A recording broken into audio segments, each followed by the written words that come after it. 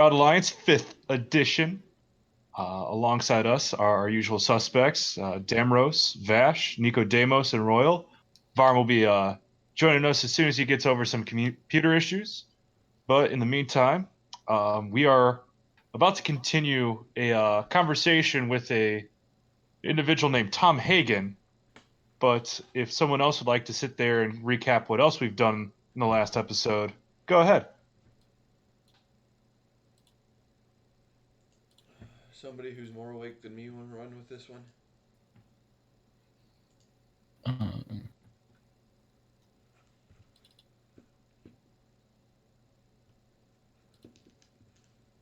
Nobody remembered that we found were rats and they were boring holes to allow real rats into our building. We went and collected some mushrooms, and somebody decided it was in their best interest to continually eat them because they are this product that goes into this beer that is partially narcotic. Um, got some stuff for that. Got new locks put on the house. Had some unsavory conversations with whatever his name is. Emic. Yep, Emic. He got a bag of rats. Got some threats. We're gonna go attempt to have a conversation with were rat people, and then we ran into a lawyer after we were trying to decide if we should just fuck with this guy and make it a pissing contest and see who would win, or if we want to legally, put him in the crosshairs. That's where we ran into the lawyer guy we were fucking with. Yep. The context of the conversation is that this lawyer named Tom Hagen, for the price of a 10 gold retainer, was going to offer up um, a line of communication to help you in legal matters, where you'd have to discuss individual jobs as a separate amount. This is to make sure that he is always available to help you. The party sat there and said, hey, we like the idea of this, but if we just pay him the 10 gold right away, he won't respect us. And that brings us to this very moment. Mm-hmm. So, party, you've got a lawyer in the room.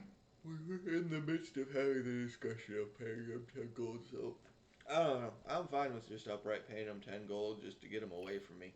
Bureaucrats, man.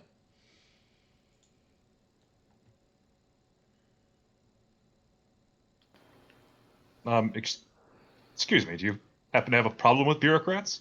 Yes, you're bureaucratic in nature. Ah, by answering the question and saying absolutely nothing at the same time. Exactly. Bureaucrats. This is why I don't like you guys.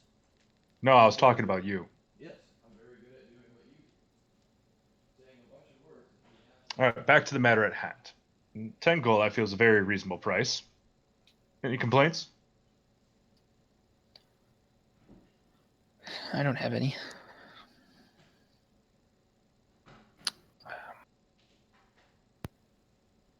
As long as you're worth it. I'm always worth it. That just sounds like prostitution. Our lawyers essentially prostitutes.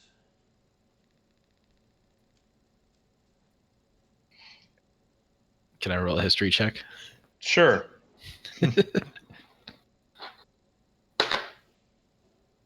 Six. You know, for there to keep on being lawyers, eventually lawyers will have to do each other and make lawyer babies. So it only seems natural that lawyers would have to argue in matters of prostitution and sometimes are the culprits of said schemes. But then you also realize that these are your thoughts and they don't really matter in terms of answering the question, but you feel compelled to offer them anyway.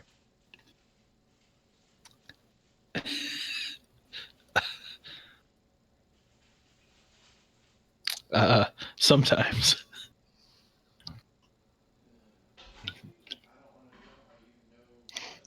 All right, well, since we don't seem to have a concrete answer, I'll come back at a later time.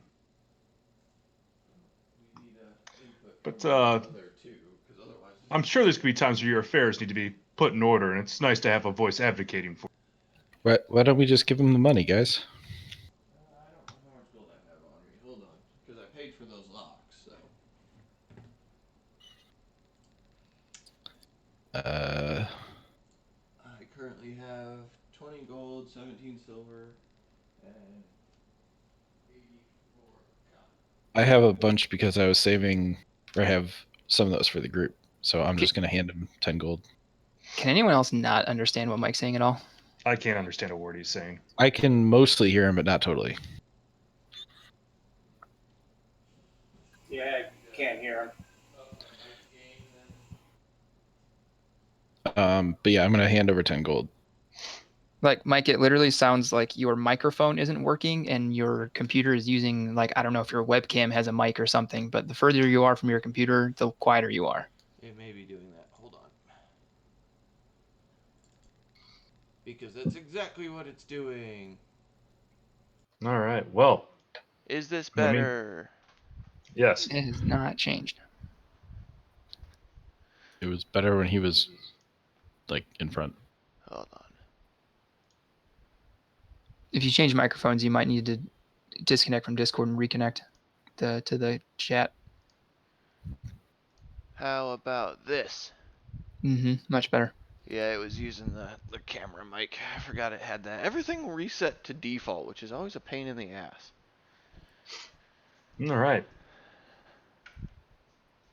So going back to the story, Royal putting out a pouch with 10 gold pieces in it.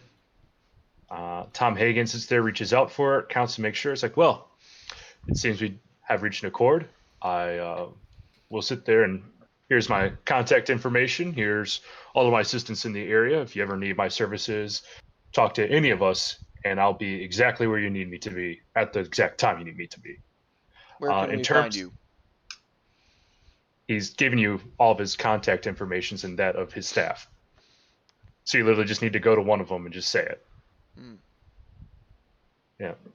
So in terms of what this means to you guys as the party, if there is ever a time that you are being drawn into investigation, instead of sending the party members to do it, you can send in Tom Hagen, who will have his own stats sheet and skills, which will be made available when you need it.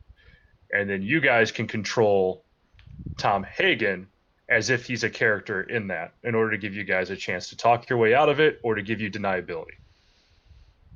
Or So to give you an idea, he is a semi PC. that just sounds dirty.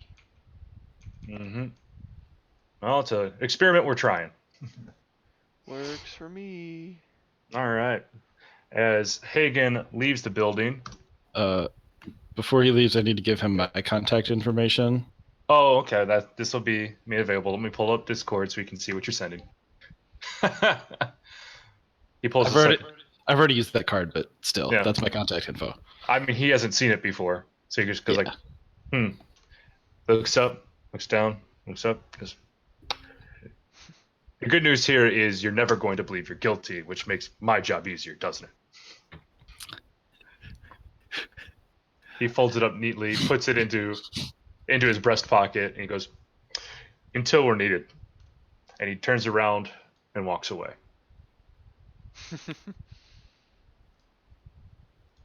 Yep. All right. As quiet begins to fall on Troll Skull Alley again, the business itself is still not open. You guys are still working on projects. Is there anything that you guys would like to do in the meantime? Don't we kind of need to sort out this whole thing with these rat people boring holes in our building so that rats can get in before we do anything else? Yeah, wasn't that the Yes. point of talking to the lawyer in the first place, and he overheard us, and then he just ran away from the case? Well, we can just use his contact info and make him do something if we need to. He just straight up abandoned his job. Well, Is there anything rats don't like? Poison. Does anyone have any poison? I don't.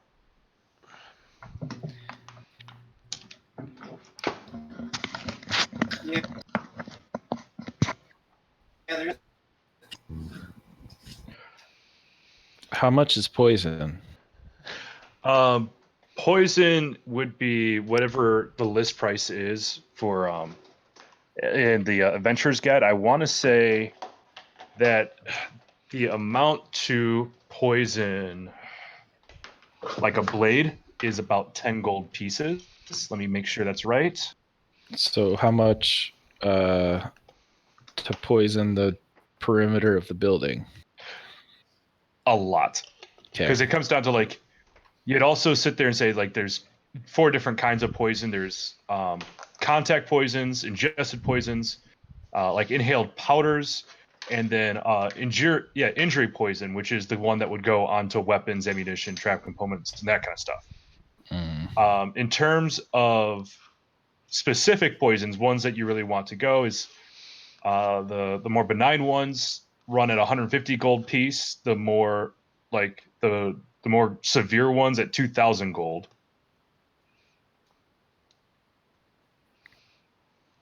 Let's see here.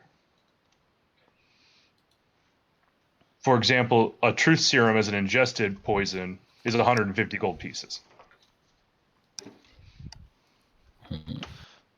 What if we want to go old school punji sticks covered in shit? I mean, the question I have is which sticks and whose shit?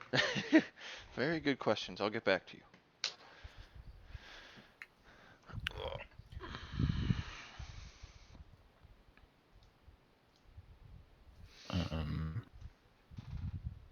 Wouldn't our formal ties with the Thieves Guild type of thing give us a discount on stuff like that? I have no idea with like that's in reference to. Poisons and whatnot? Given your guys' reputation among that guild, it may open doors to get you to talk to people, but to give you a great rate might be stretching out your reputation a bit. So we need to become more famous first. Or we need to actually go investigate these rat people so that we can make sure that it's Emic who hired them, and then we can just get Emic arrested, that contract ends, and then we don't have to worry about poisoning people who are also rats. That's probably the best plan. Okay. I'm still gonna skunk his beer.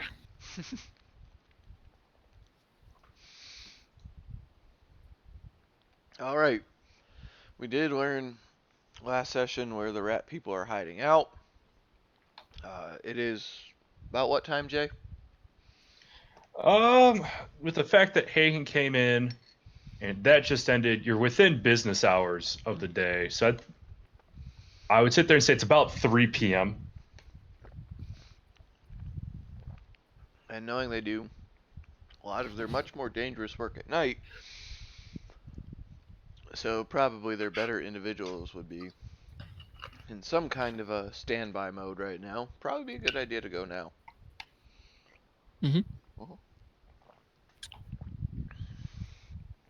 I vote for harassing rat people. I vote for carefully following rat people.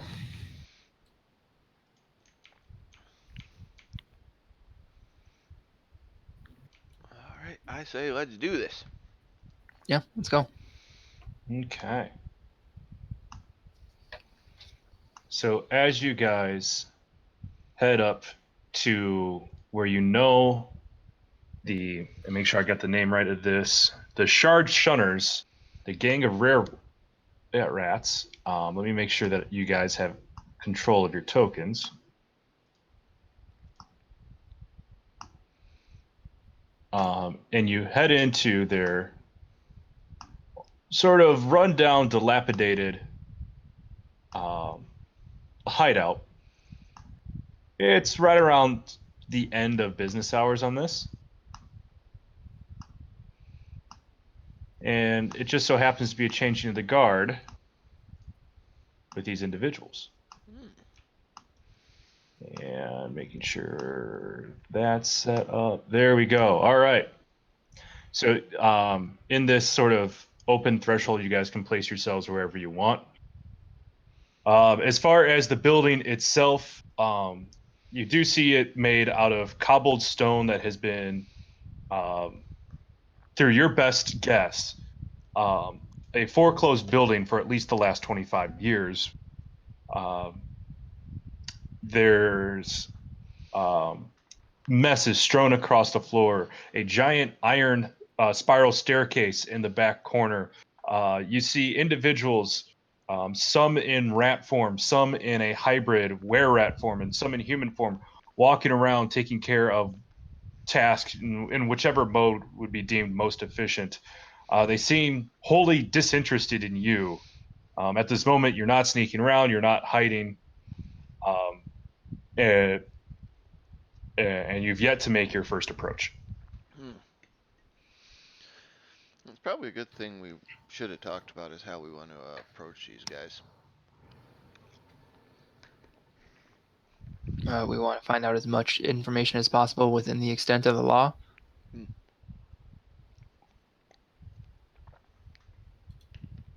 All right. Let's see here. Where would the...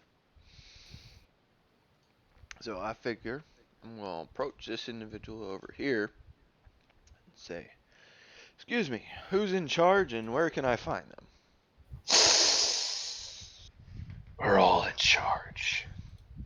What do you want? Information. Don't we all? I have gold. Willing Go to ahead do and an roll persuasion with that. exchange. Yeah, roll persuasion. That is going to be a 17. I've got gold too. But what's it gonna take to get yours? Information. We just established this. I need to know about operations that have been occurring within the city.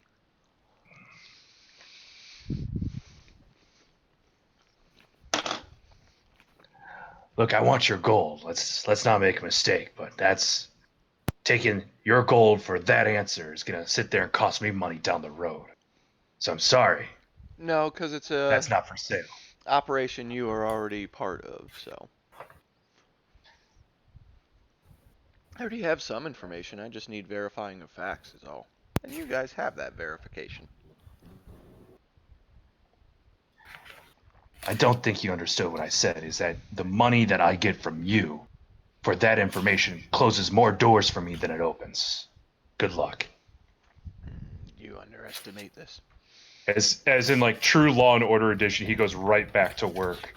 Not even concerned that that you guys are talking about. It's like, hey, by the way, there's a murdered person. Here's a picture of it. It's like, but these apples we put on the stand. My cabbages. Yeah. I'm gonna ask this guy. So you guys work for Emic Froon? I work for a lot of people. Can't say I've heard the name before. You sure? I'm not sure about many things.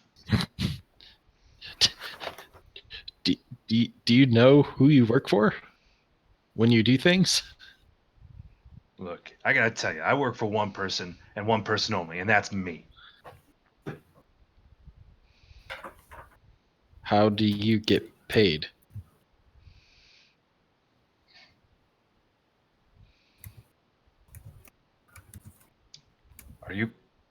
Are you serious? You said you work for yourself. Do you just like give your left hand gold from your right hand? If only it was that easy. No, I sit there and I do jobs.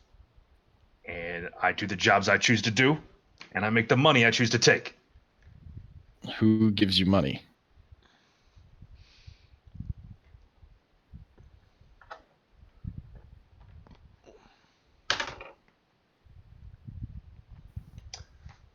I want you to roll persuasion.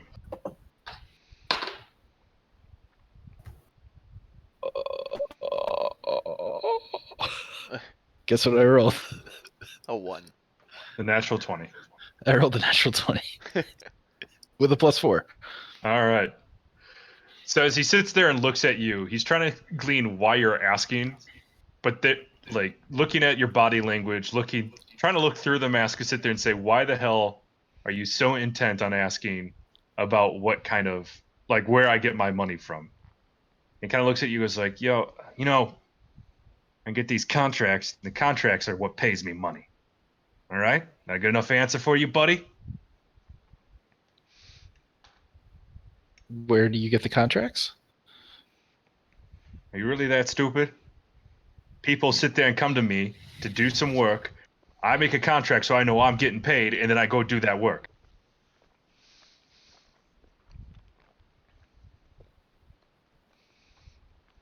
I turn and look at the other people like, am I the stupid one?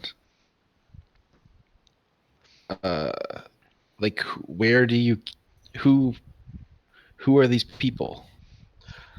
Look, if I told you that specific information, I end up not getting more contracts. What if it's just a secret between you and me? He puts his arm on your shoulder and goes like, it ain't never that simple.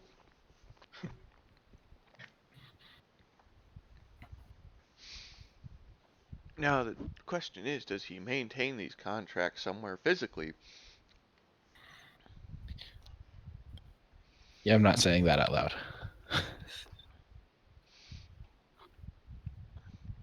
Somebody else want to give rat people a shot?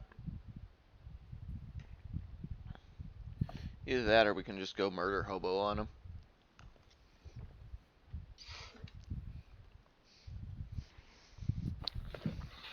I don't think that's worth it. I'm just gonna walk towards the back and towards that staircase. Okay.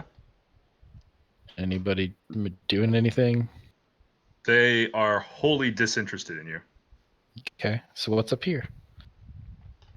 As you get to the top of the spiral's case, you see, once again, this is like another floor that's been ruined over the course of time. Cobblestone has fallen from the ceiling and created a lot of rough surface to the second floor. It kind of seems that, true to form, like in real mice, they don't really like being on the upper floors of buildings and prefer being on the ground floor or lower. Not a lot of usable area aside from a few beds, maybe a writing desk, but nothing that really catches your interest. Okay.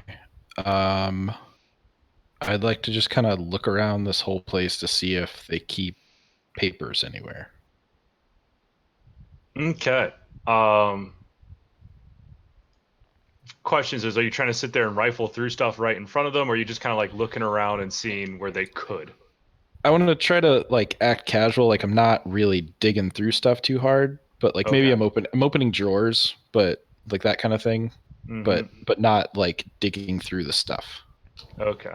I thought you said that nobody was really up here.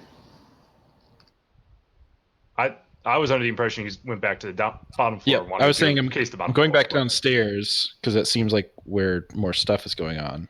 Mm-hmm. I just kind of want to look around, open drawers. So, so the first one here is that I'd like for you to make we're going to make a couple of checks here. Okay. The first one is a stealth check to see how well you can sit there and not necessarily hide your presence, but what you're looking at. Like how well you can side-eye. Okay.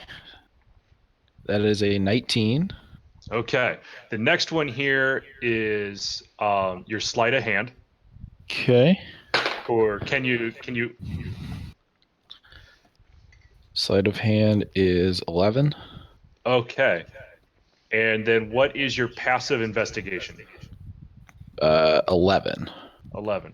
So the main reason why I'm using passive investigation is because you're not trying to do a full like dig through. We're going to count it that way. In terms of like no one's really sure what you're looking at, and it's just like, oh, there's the crazy cat man doing crazy catman things. Maybe if we ignore him, he leaves us. Okay. But as you get over here, as you're looking around, it is almost entirely foodstuffs. This appears to be their pantry without walls. As soon as you sit there and try to dig through the lower levels, you open up one of the drawers, and you just feel a really furry hand right on your wrist. It goes like, "We're not a food bank, buddy. Put it back." And as soon as you slowly close that door, it's like it never happened. Yeah. As you're over here, you do find over the course a number of locked cabinets. This one appears to be more of like the business center. Okay. Yeah. The cabinets itself appear to be cheaply made. The desk itself cheaply made.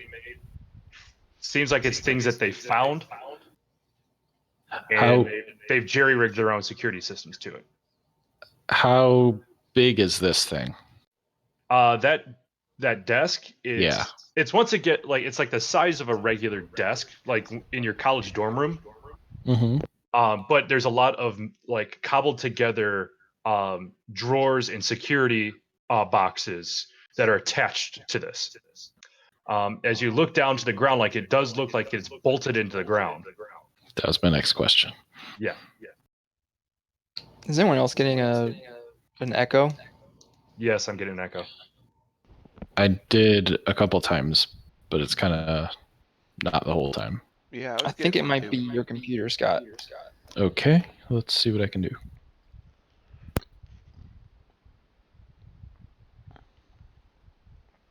So what I've gathered so far is these guys aren't willing to give anything up.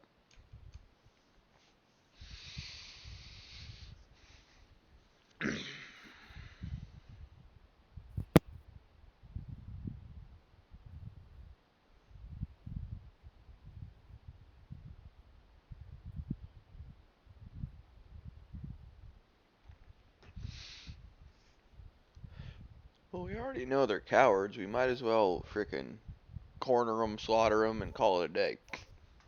Hold one for ransom for information.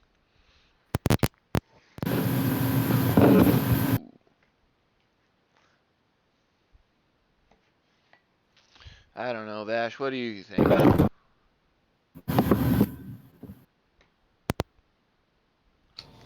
I really don't know. I don't think that killing them is a good idea unless we have someone that we can pin the murder on.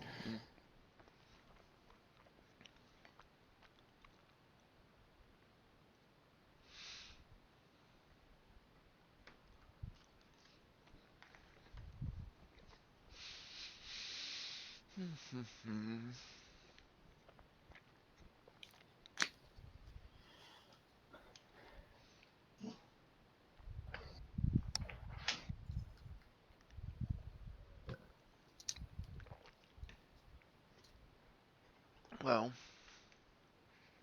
this is a apparently very monetary driven place. So what if we offered 10 gold in ongoing contract, exclusive contract for future works of, essentially benign, nefarious things?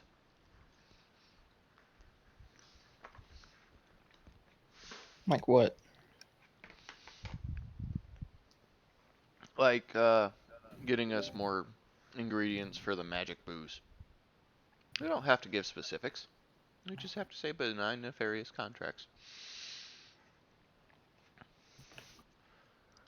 You think that they're gonna give up a contractor for a vague contract? Yes.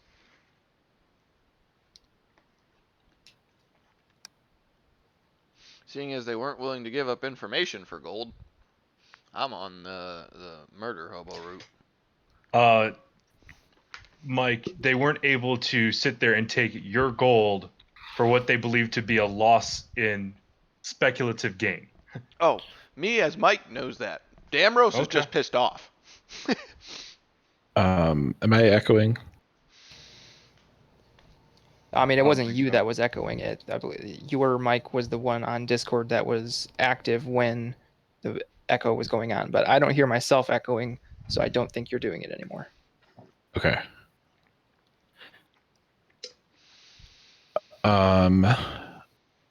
I'm gonna go back to the group and be like, there's a desk that has a bunch of locks and stuff that I think might have contracts we can use.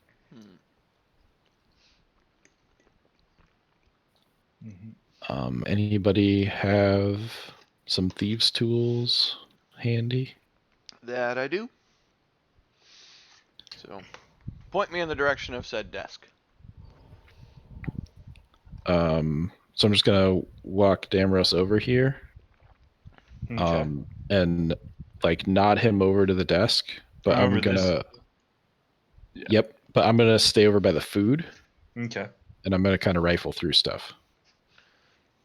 So I'm gonna stealthily try to access this desk. So I'm hoping to draw attention to me with the food. All right. Well, as a man of your makeup, drawing attention is something you can easily do. But Damros, I want you to roll a sleight of hand check Okay. for disarming a trap. That is Or I'm going. sorry, not disarming a trap. What am I saying? For unlocking the security box. That is a 19. A 19.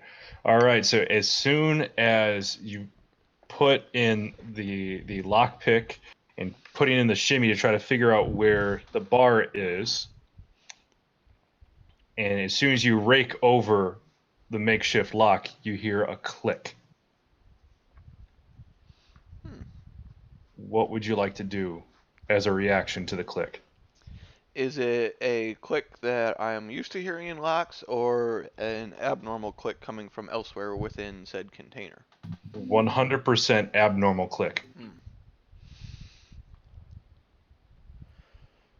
Well. So you get like it's the equivalent of a reaction. What do you do as soon as you hear the click? Let's go with dodge. Okay. Um, as soon as you do that and you pull everything out, you try to get away from it, you hear a second click, and it appears like nothing happens. Is there anything coming from the internals of the seams of this box? There appears to be, in a couple of loose seams, sort of a fluid that's dropping down. Well, fuck it. Open the box, tip it over. Okay. Need you to be a little bit more specific on how you open a locked box. Oh, I thought that's why I was using lockpicks, was to unlock the box. Yeah, you did that, but as soon as you sit there and put it in, and you raked, you heard the click, and you like the roll was to sit there and see if you like were able to be slight enough that as soon as you realize there's a problem, you can get out without doing anything major. So,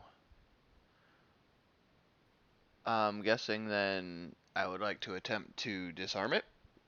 See if that is still an option on the table. If not, just bust the box open. Yep, you can try that.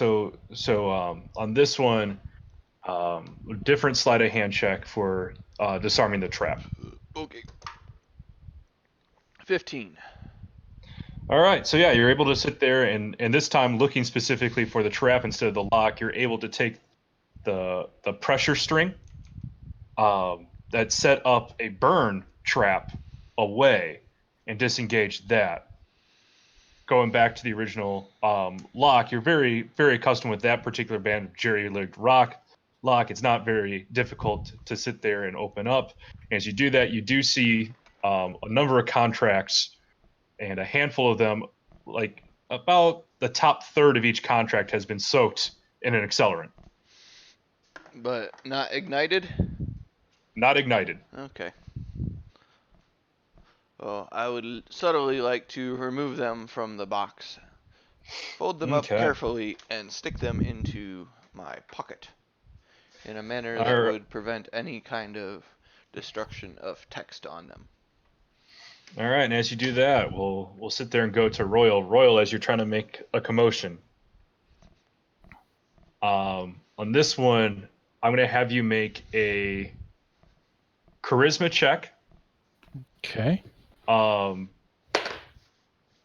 Good roll. 21. All right, so you've you've drawn a lot of attention to yourself. But if you could sit there and share with how you got so many people's attention in this place, as opposed to looking at the security box. I am grabbing piles of food and throwing it into the air, Mhm. and just like jumping around on top of stuff and kicking food off tables and stuff. All right, so going with the full Bill Murray. Yeah.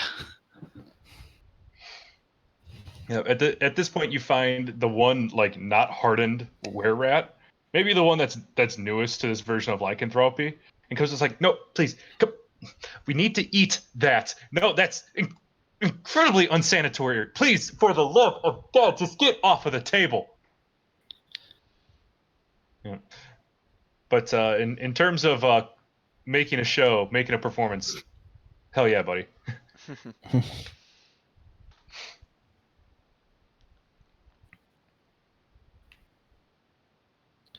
All right. Have I noticed Damros seems to have retreated? Yeah, no, that's you have noticed that. Thanks to you having an animal mask over your face, nobody's really sure where your eye line's going. So you were able to, like, if you wanted to, you could stare directly at Damros and just move your mask a little bit to the side, and no one would have had a clue. Once he's done, I'm gonna sort of recollect the food so it's sort of neat again, Okay. and then walk out. Please, sir, thank you for putting stuff kind of back, but I need you to leave. You have House. You're welcome here. Okay, bye. Ugh.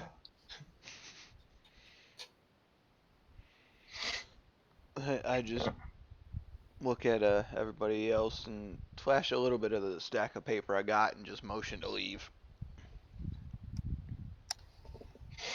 All right, yeah, I follow. Yep. Okay. You would go back to Troll Skull Manor if my players tab would actually go to that map.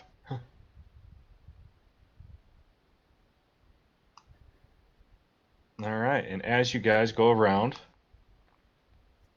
this arbitrary table, I decided the planning table happened.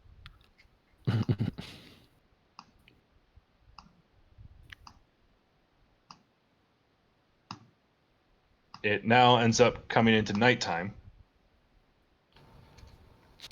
Whose token was that? There we go, Royal.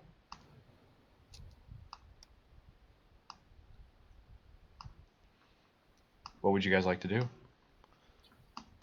Well, obviously gonna start laying out the papers, trying to clean up any excess accelerant on them, get them to dry out, and start reviewing them for information pertaining to Emic.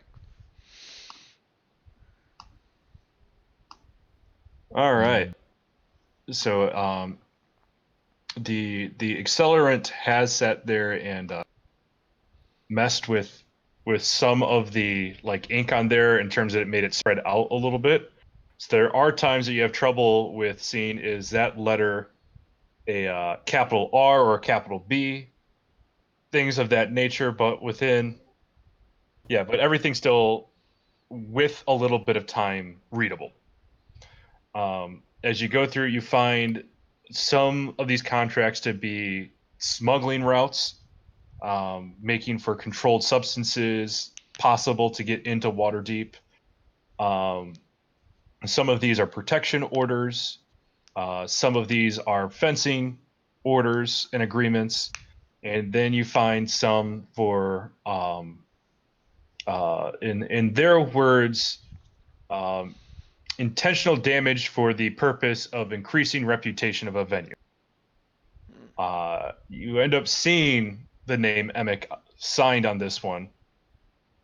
This was in an area not drenched in the accelerant, so you not only have his name but his signature on that. As you read this contract, it becomes clear that he paid a sum of 50 gold in 2 installments, 25 on the start of the contract and 25 a week after it starts, for damage that would be seen as a rat infestation into the building. Okay. How do you guys feel about contacting our lawyer buddy who's on retainer and giving him all of this information and finding a way to put it in a legally kosher manner that allows us to, leverage for what we want? Mm-hmm. So that way it's not like we're blackmailing or extorting anybody, it's just saying, hey, we have this information and we will happily give it back to you in exchange for services of some capacity. A normal information transfer or a transfer of assets or services kind of deal.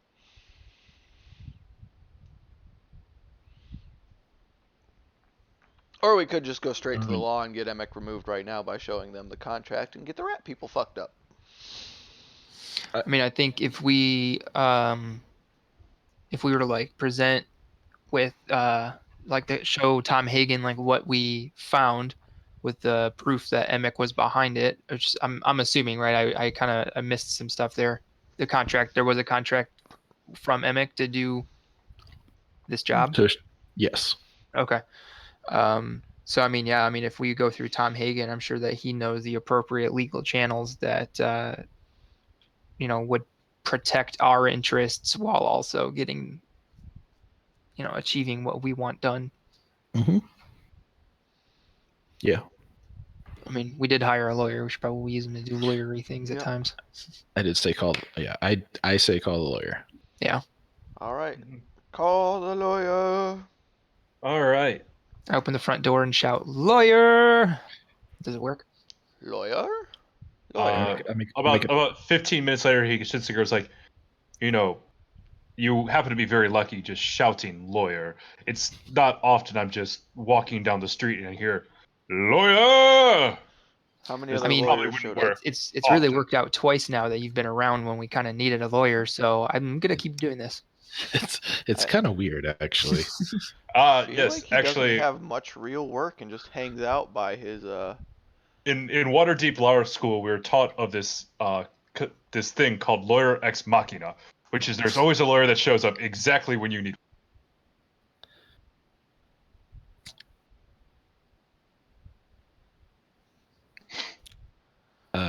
I slide the contract over to him, and I don't say anything. As he sits there and picks it up, he taps on the top third and notices that it's a little bit tackier than what paper should feel like. As he reads through this and goes, mm-hmm. Okay. So I'm not going to ask the question as to how you obtained this information, because I feel that if I knew the answer to that, I would not be able to use this in a court of law. Just question don't I ask have why for- the paper's sticky. Just don't ask. You don't want to know. I'm sorry, I couldn't help it. Okay. I'm beginning to regret the arrangement I've entered into you all with. But the first question I should have to say is, what would you like to see out of this? I don't want people messing with our business. And Restitution for damages in line with no further contact, Yeah. and any such will invoke violation and further fines. he has to pay for what he busted up. Yeah, I mean, if we It's could, impossible to repair that. if we could pursue, charges against Emic, in accordance with the damage to property or livestock, I feel like that would probably dissuade him from wanting to continue to try to drive us out of the building by ruining it. So, when it comes towards the case, there are two routes that I could advise. The first one is, once again, using my services, try to settle out of the courts of Waterdeep. I could draft a cease and desist letter, and we can sit there and say, if you stop messing with our building and stop interacting with us, we will see this as a settled manner. And perhaps also getting an edict where if this continues to happen, not only would we take you to court, but we would sit there and ask for 3 times the usual and customary punishment. Can we just ask for that now? I mean, we could ask for anything. In terms of actually getting it is the problem.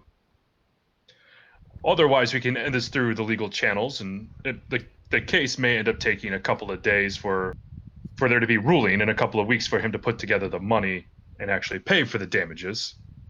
This is also assuming that he doesn't skip town. Sounds like we should just go straight to the city and let them deal with it, because if we give him an out, he's probably going to use it to be more subterfuge. Or we can go. Could we send you to Emic directly to say, give us, money to repair the place plus some damages, or we're going to go to the city and it's going to be worse?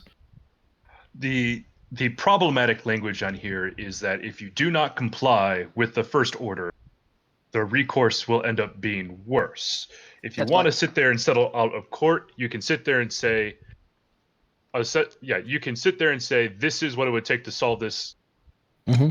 For us, do you agree? And if they say no, as long as we sat there and did not threaten him, we can still go to court. But if we sit there and say, do this or you will go to court, we are now in intimidation territory. It would be hard for them to convict, but that's probably going to be time and money you don't feel like spending. I mean, I'm not too concerned with the amount of time it's going to take for him to pay us back. Personally, I think like the fact that we can get him to stop and we can stop worrying about having so many damn rats in the building, I think that's a step in the right direction, and then we can focus on doing other, odd jobs and things like that to work on other stuff for. I also feel compelled to tell you that when the courts order damages into a fine, it's a little bit less direct than what the code legal would make you believe. It's that Emic owes the city the 500, like whatever the gold would be, because the city paid you immediately or in installments. And this is how we made sure that victims actually got paid in a timely manner, as opposed to those who committed the crimes trying to slow down making things right as much as possible. So what you're saying is, if we go through the city, if we go through the proper legal channels, not dealing with the cease and desist letter, we'll get paid immediately by the city. And then if he skips town, he's got a bounty on his head and we don't have to worry about murdering him and, all that.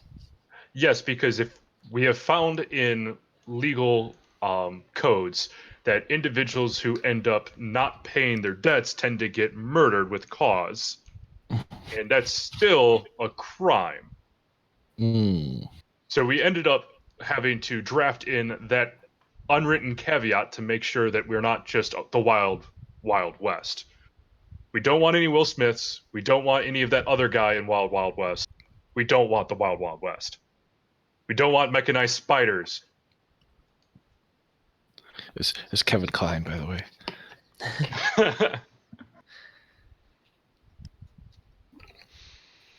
Yeah. So it sounds like, I don't know. I can't decide. I think my vote is on whichever of the two routes is more guaranteed to secure us the funds. In terms of weaknesses and going to the courts, as long as Emic does not have any reason to ask, where did you get this document from, I'm sure you'll be fine. And just hypothetically, what if he asked that question? Then you better have you better not tell me anything, and you better discuss that amongst yourselves, is what I would like to say. I can leave the room now for you to discuss that. Just a hypothetical, curious what your thought was. Hypothetically, it's best for me not to know. And hypothetically, I'm actually going to leave the room now. so that you can discuss this.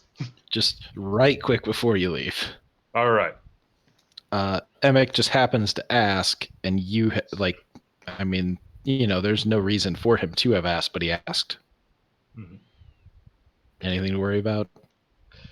If he asks me, I can sit there and say I have no idea how this evidence was given to me. All I know is that the evidence is given to the court. I am holding on to nothing. That the information for you to make your case is the same as the information for me to make mine. And is that good? It will sit there and it will raise questions as to how you came and got it, but it wouldn't immediately strike out that piece of evidence. What if it didn't come from us? Once again, I cannot stress this enough. There are elements to what you may say that it is in my best interest and your best interest for me not to know. All right.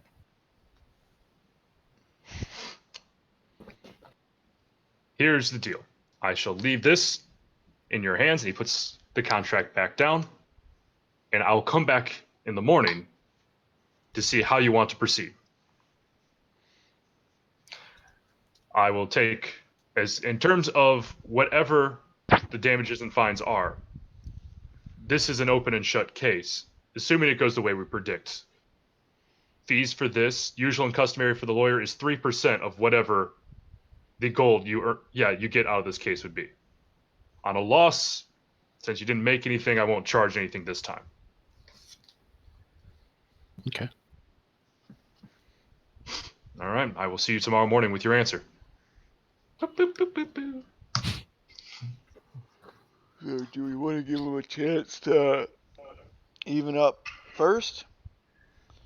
Or do we want to just take it straight to the legal system, and that way if he flees, we still get paid regardless? Can we come up with a way to provide this to Tom Hagen that's not directly from us? What Like if we send it? We send him a mail? letter, and the return address is the where-ats. Courtesy of the, I can't even remember their name right now. The shard shunners? Yep. There you go. Yeah. In the meantime, Nico Damos and Varm, I haven't heard from either of you lately. Are your mics hot? Nico is working on internet issues still. Okay.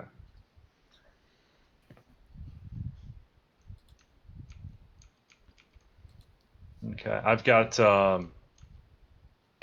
Varm with the mute sign over his right now on the Discord. Yep, me too.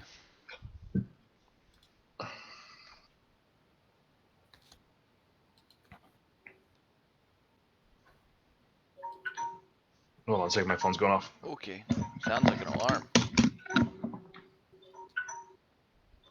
Let's do things. So do we want to just have a courier deliver this information to our lawyer, or what?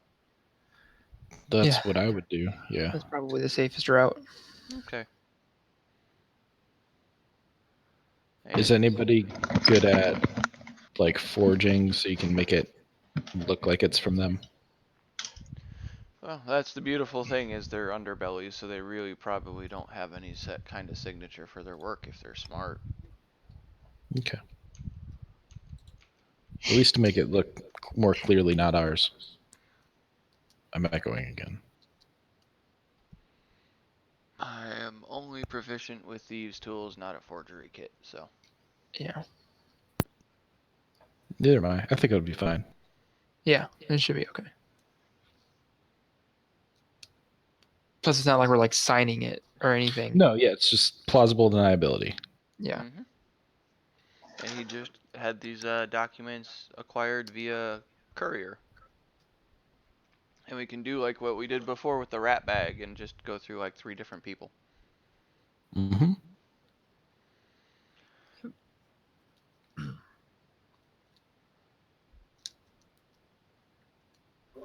So that'll probably be the best option. Contract a courier in the morning and get that all sent off to him. And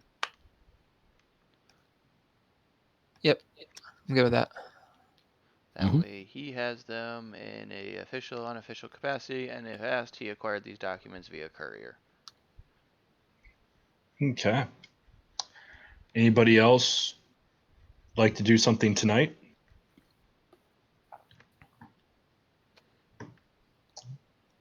Speak Mm, now or forever hold your peace until after the long rest. Not that I can think of. Okay. With that case, everyone can take a long rest as you sit there and see morning come up. And instead of showing up at whenever happened to be convenient for Tom Hagen, it's 8 o'clock in the morning. Some of you aren't even awake yet, and you just hear rapping on the door. Go, stop knocking. No, I'm sorry. This is not the ghost. This is Tom. The door should be Why open. did you knock after you said your name? This is what polite gentlemen do. The door should be open. Try it. Oh, terribly uncouth as he sits there and opens the door and comes back in, sits down, puts his briefcase right on the table, and slowly opens it up. And he's like, "Have you given thought to what we had convened about yesterday?" Yeah. And you have arrived to which conclusion? I think whenever the evidence finds its way to you, you should go to the proper channels in the city. I'm not going to ask in particulars, but I am under the impression that I am waiting for a document, and once I get hold of said document, I'll know what to do. Yeah, probably. I mean, you're the lawyer.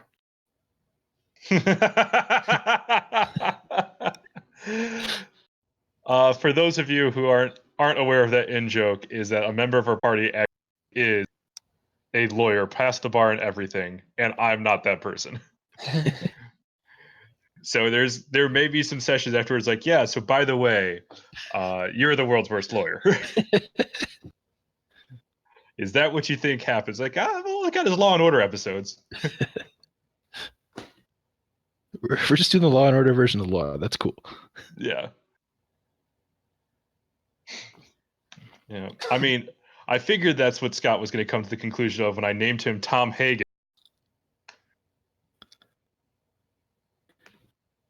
Tom Hagen.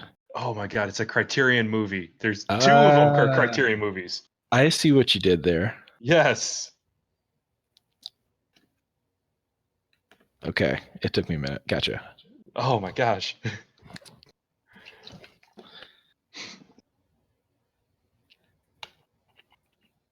I couldn't think of a more lawyery name. Yeah, it just sounded like a regular old lawyer. Yeah. Yeah, at the practice of Hagen, and Hagen.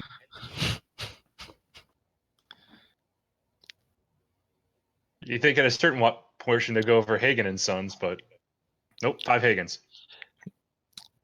Hey Hagen, any vacancies at your law? Depends. What's your last name? That's a good question. What would sound good next to Hagen on a? I mean, this may just be my opinion, but I feel like we need a 6th Hagen. Royal Hagen at your service. Intriguing. Give me your CV and your case history, and we'll make sure we set up a meeting. I hand him the same note again. Very well. Are you a master of art law? A little of this, a little of that. I mean, we are looking for one in entertainment and art law of Waterdeep. I don't know if that's a real branch of law, by the way. It's D&D law. It's fine. Yeah. What about one on maritime law? I feel we also need someone for maritime law. I'm afraid of water. I should have known from the face. What's that supposed to mean? It means you look like you're afraid of water. Well, you look like you're afraid of dancing. I don't have rhythm, but doesn't stop me from doing it.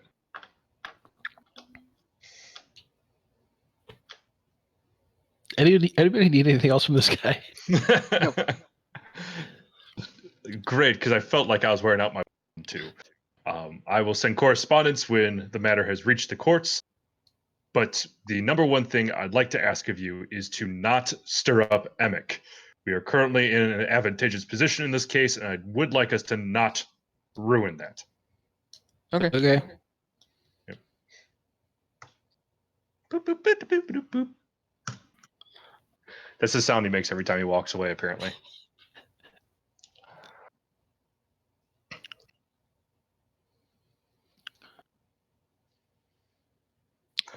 So anybody want to go skunk up Emic's beer? You're really good at listening to advice, aren't you? Thank you. I don't get that a lot.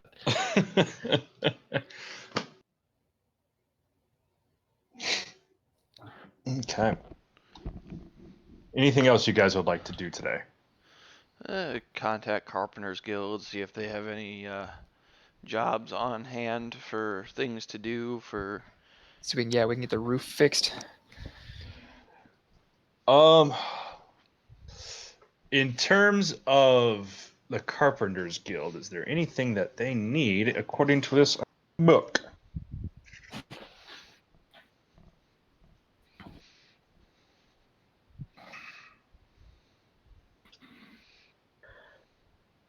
So as far as the Carpenters Guild, you end up finding their representative as a Broxley Fairkettle, as a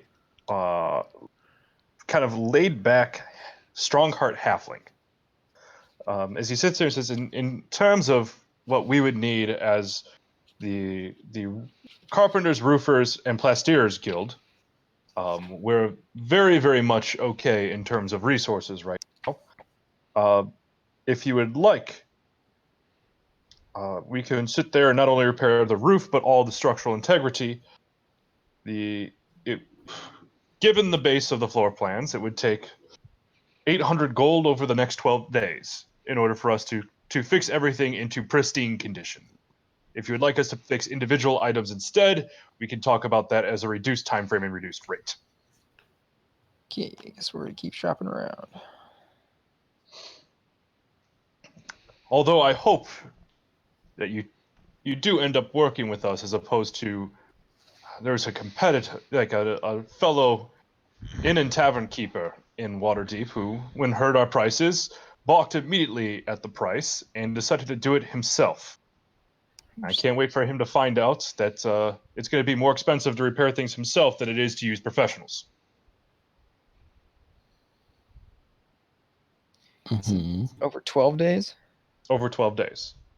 Where the repairs would take 12 days. In terms of the payments, we're not unreasonable. We would take a fee to begin with so we can make sure that we don't cut a loss on our materials used, and then we can work on installments after that. I'm sorry, excuse me. That sneeze was in character. Pollen season in Waterdeep. In terms of one that we offered that was refused to a one Emic, we offered 500 gold down, and we would work out we would work on agreements for the other 300 gold over the course of the next 6 months. He seemed completely opposed to the idea of paying a cent more than he had to, or a cent more he believed to.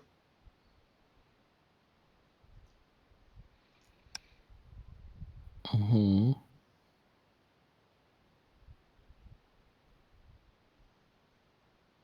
I mean, I don't personally have a problem with the price. We just don't have the money right now. Yeah. So, I Okay. mean, we have the information. We'll just need to circle back around to that. Apparently. Well, in terms of the down payment, what would be more reasonable to start off with? Or is this entire one a we can't do this right now, we'll get back to you when it's I don't know about you guys, but I mean, I don't know what the exact party funds total is, but I'm pretty sure that's the second option. Like, it's a non-starter right now, but we'll come Yeah. back. Okay. Well, here's my contact information. I would I will remember that you asked for help to help us in ways that did not equate immediately to gold. If we have anything that meets the bill, we will reach out to you. Sounds good. Sorry. So what all do we need? It's becoming apparent that we need like an actual source of income before we can just like finish the whole thing up and open it in one go. So what would we need to do to the tavern to make it a functional tavern only? Is that a question to me? If no one in the group knows, then yes, Okay. because I don't know what the list of things that are complete trash in there is. I mean, in terms of the Zentarum as incentive for you to take their mission saving Bandit Steve and giving each of the party members 50 gold, they removed all of the irreparable broken items. Mm-hmm. So in terms of like usable space, the bar, the tavern, the inn itself, the bottom floor looks that of Lord Stanley's in disrepair, but not unusable. Okay, so basically we just need to secure Mhm. a couple staff members and a Mhm. supply of beverage, and Yeah. we're good to make some money Yes. potentially. Yeah. I mean, it's just to give you an idea for those of you who have been to DeKalb, the state of the established now is Lord Stanley's as opposed to hometown non-Lincoln. For those of you who don't understand what we're saying because you're not from DeKalb, shitty bar versus kind of nice bar that you don't hate yourself for being in.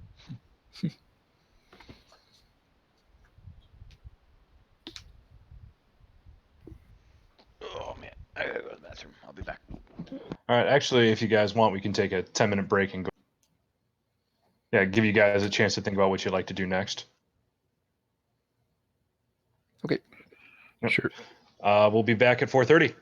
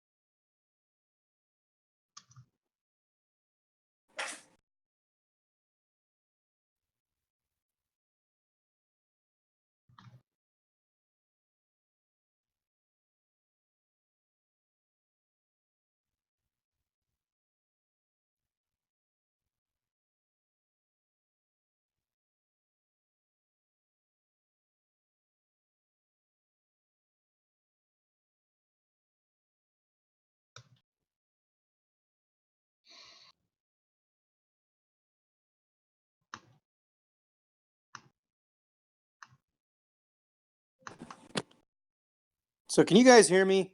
Yes. Okay. I'm slowly working this out on my iPad.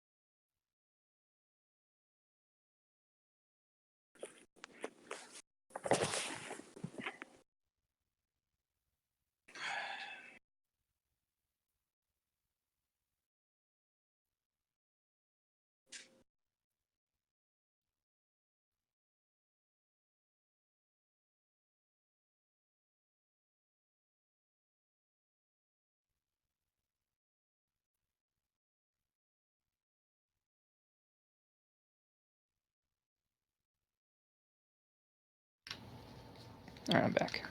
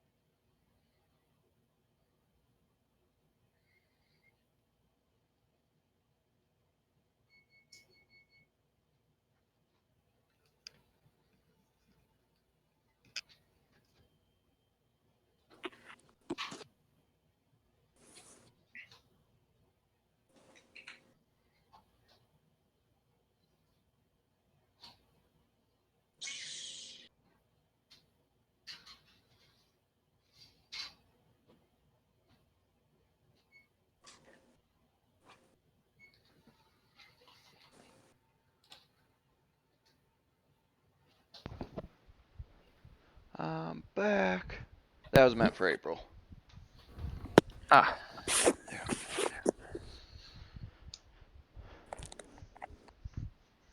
That's Now, why. let's see here.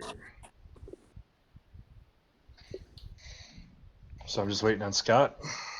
I'm here. I'm just waiting on Nico Demos. I'm here, sort of. I'm working on it. I'm checking in on Varm. I'm actually in the game now. Just Yep. trying to get the video right. I don't think it's gonna let me. That's okay. The video is probably the least important part. So yeah, you can't see me, but I could see some of the map. And you guys can hear me without any echo or anything. Yep. I'm So I'm far. happy with the sound. yeah. Oh, well, that's a plus. Mm-hmm. Are you using the iPad? I am. Oh wow. Okay. Cool. Impressive, isn't it? Yeah. Scared the shit out of myself. yeah. I downloaded Google Chrome web browser, and then from there I'm able to do. I have the Discord on the app, Mm-hmm. so that's able to allow us to talk because I'm connected. Yep. And then I've got 2 tabs for D&D Beyond and the random Roll20. So Cool. I don't get a huge amount of the map. Is it possible to like zoom out further on it? I mean, I know it's gonna make everything smaller, but It doesn't let me. I haven't figured out how to move it. does it let you like pinch to zoom at all, or no? How pinch does it? Oh, wait a minute. Oh, wow. What? Why is it only working with sometimes? That's a great question. There we go. I can kind of move it around. It seems to have a mind of its own.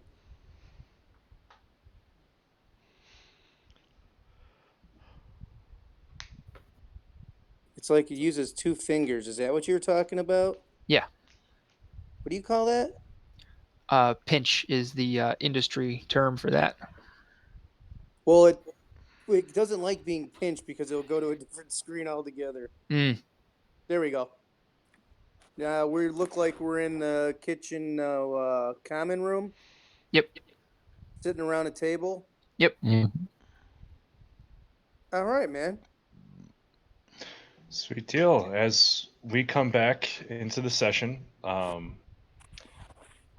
Nico Demos, what you ended up missing is the rest of the party was able to break into a burn box without setting off the spark, and take a accelerant drenched contract that essentially said that Emic hired the Shard Center services to intentionally damaged the building for the purpose of driving business away from Pearl Skull Alley.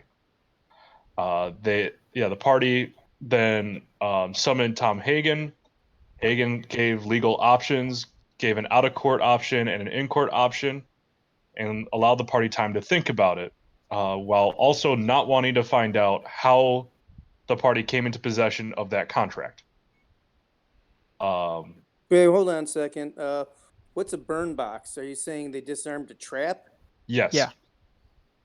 Okay. So if you guys tried to open up that box without disarming the trap, it would have set all the documents on fire. Yeah. Yeah. Huh. Yeah. So, and then Hagen came back the next morning. The party said, we'd like to go with the option. He kind of explained how that works and that the city would pay them directly for the damages, and then Emick would owe the city for those damages. Now, the party then went to the Carpenters, Roofers, and Plastierers Guild, learned what it'd take to fully repair Troll Skull Alley, and ended up balking at the contract that the guild initially came up to. They also gave the information that Emick also balked at the contract in favor of repairing it himself, which has drawn the ire of the guild. It's now mid-afternoon on a Friday. So the guild basically is a union. They're charging us union prices. Emick balked at paying union prices and wanted to scab it out, No, he's doing it himself. which is scabbing it out. I thought scabbing is when you hire it out by non-union people. Yes. So Emick, that's the guy that's trying to kick us out of this thing, right? Yes. Yeah. So what is he rehabbing then? He's got a couple taverns of his own. That's why he wanted this location to open a third. Is that it? He wants a chain. Yeah. Franchising. Mm-hmm. We'll get there too. When we get to Waterdeep Store King's Thunder, you guys are the new McDonald's. Did you say Store King's Thunder instead of Storm King's Thunder? No, internet hiccups. I don't know what you're talking about. So, okay, so what are our what are in court and what are our out of court options? So basically, we decided to, via courier, send the contract that Emick had with the Shard Shunners to Tom Hagen, our lawyer, and he's going to basically take Emick to court over it so that we get our money from the city, and then if Emick skips town, it's not up to us to go murder him because the city will probably hire someone to do that. Well, let me ask you this then. How is this evidence admissible if we obtained it illegally? Because that's not how the lawyer got it. He doesn't know how we obtained it, and it's coming to him through a courier, and we made it look like it's coming from the Shard Shunners. So there's no paper trail leading to us. Correct. Nope. And they didn't see us take it because they were too busy watching me make a fool of myself. So is our band name the Weasels? Look, desperate times call for desperate measures.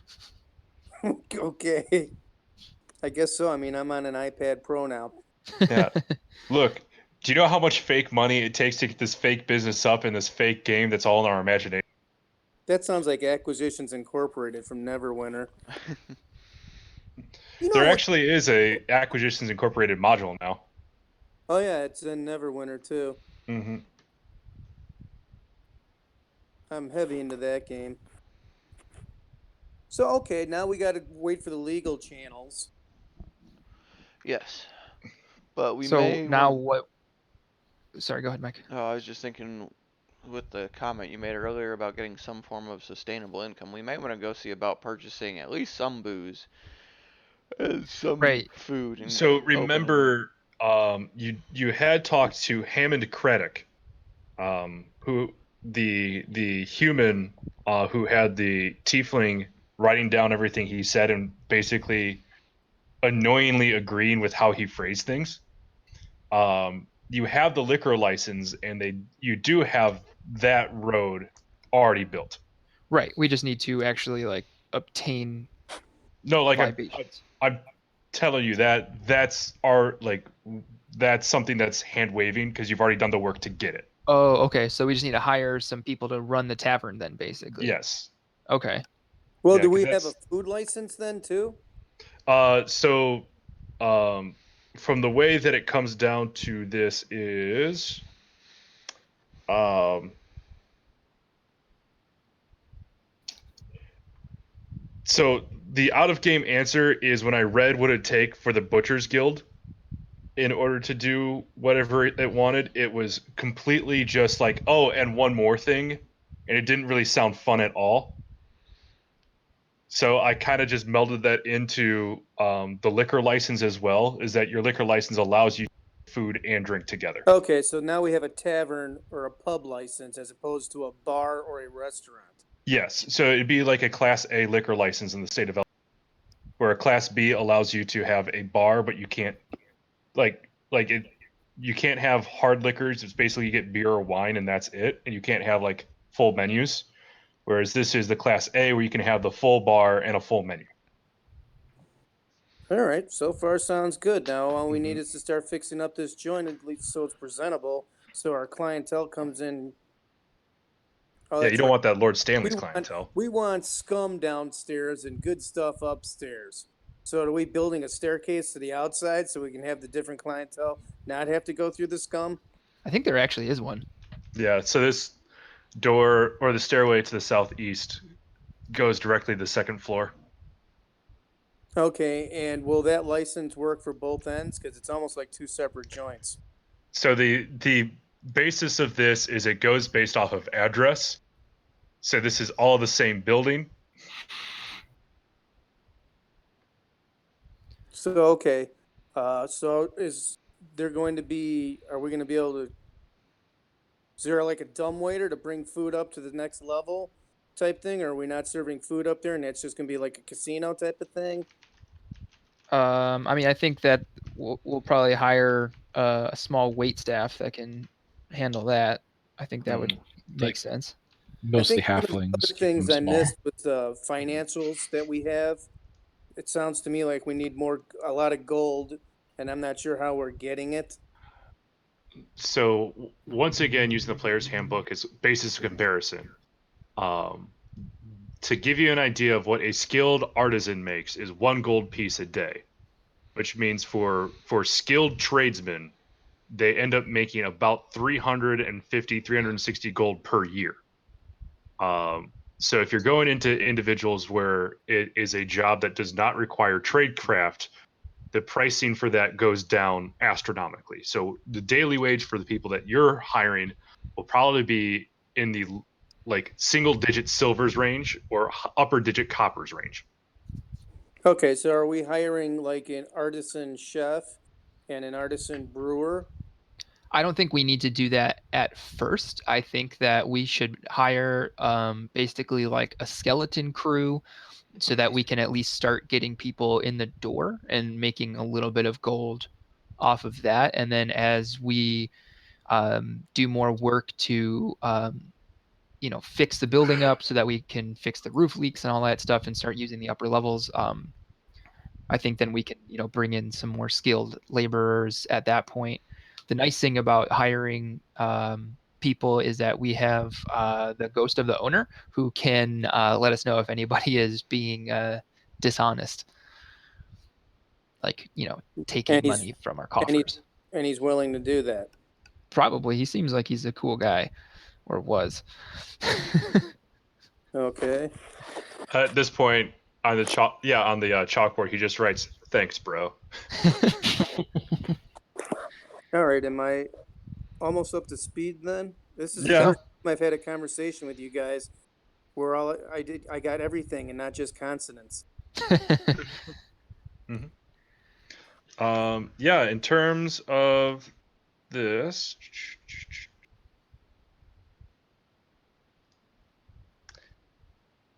let's see here. In terms of what's new this day on Saturday morning, As you go out, Royal, you sit there and you go on your morning vigilante run. As you come back, you find a carving knife in the door of Troll Skull Alley, with a number of signatures of local residents, with the largest one being Emic, signing a letter in Emic's handwriting that accuses not only of your area being infested with rats, but that your building is actually a front for a guild of were-rat thieves, and is asking for the city watch to pay very careful attention about what goes in and out of that building. Is it a nice chef's knife? Yeah, I would inspect the knife a little bit. There's a significant amount of rust on it. We can clean it up though, because we don't have any knives. Yeah. I'm gonna leave the note as is, and I'm just gonna start saying lawyer. Okay, roll a D100. And see if I have a conch shell.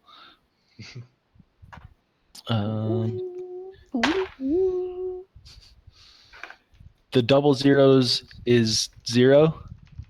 No, So it's you got a double zero. I and got a a double zero, and a 5. Okay, so then you got a 5 out of 100. Yeah. Which, if you were a cleric, would have gotten your deity. If you had divine intervention. At this point, he just sits there. Is like, oh, Royal Hagen. This is quite awkward. I was just on a morning run.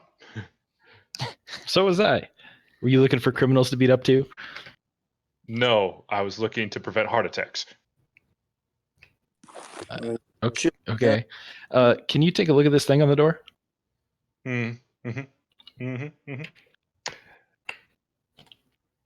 I feel like I need to ask the question. You guys aren't really a front for a guild of were-rat thieves. No. No, the were-rats are the ones drilling a hole in our building. Why the hell would we hire them to do that? Okay, so if it's okay with you, I'm going to take this and we're going to call this Exhibit B. Yeah. Please do. Okay. I don't need the knife. I'm pretty sure if I was swinging this around in court, people would be very uncomfortable very fast. So should I just put it back in the door, or? I kind of like it in the door. What about you guys? I think Nico wants it. Hey, we got to start somewhere at the kitchen's cutlery and utensils. He's gonna give us free stuff. Let's see what else he throws at us. If I recommend cleaning and treating this before you cut food with it, otherwise you're not going to have customers for a long time. I'm actually proficient with Smith's tools, so I can probably make it pretty nice. Do it. Then I should be handing this to you then. I just realized I can't continue my run because if I get this document sweaty, it makes it harder to read. Should we send it by courier? There are couriers around town? You know what? But I'll come back, or I'll send one of my junior associates to pick up this document. But I must finish my run. Goodbye. Boop, boop, boop, boop. Man, this cardio is hardio.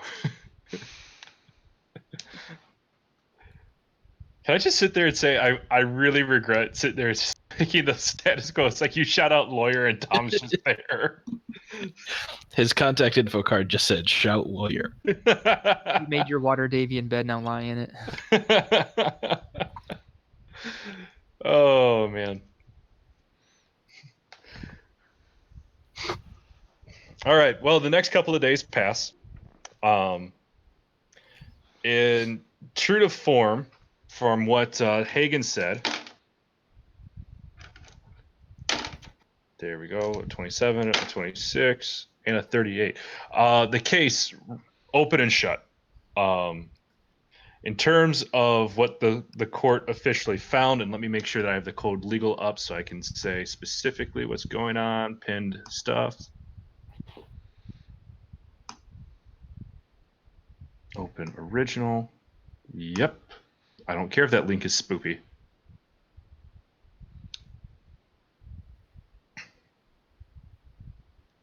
Is that for damaging property, they found that you will get the full repair value for the building, which will end up being the amount of 35 gold, as well as 250 gold as a in damages. Woo. Okay. There's also an edict that he needs to, like anyone in his sphere of influence cannot be within 500 feet of Troll Skull Alley. Cool. In addition to, let's see here, disorderly conduct, he was given a fine of 5 gold pieces to the city and an edict to not rile up people for falsehood. Does he pay for court costs? So he'll take 3% of what you guys want. Do you guys want me to put that in my inventory for the everybody fund? For Yeah, the you building were fund. you were tracking the Yeah. party fund, right? Yeah. Yeah. So it's 250 plus 35, minus 3%. 3%. Yeah. And then, based off the way it rolled, is they did ask, how did you get your hands on that contract? And Hagen said, a courier delivered it to me saying it was Mm. and that was enough to make it admissible evidence. Nice. Because based off of all I know about Waterdeep right now is, love is not admissible. That's it. Okay. Oh Lord. In the world famous Waterdavian Capra. All right. So now that that Emic is city bound to not F with you guys. Woo. 285 gold, minus 3% richer. I got to 276 because I rounded down. Okay. So he got 9. Okay. That's what I got to. Mm-hmm.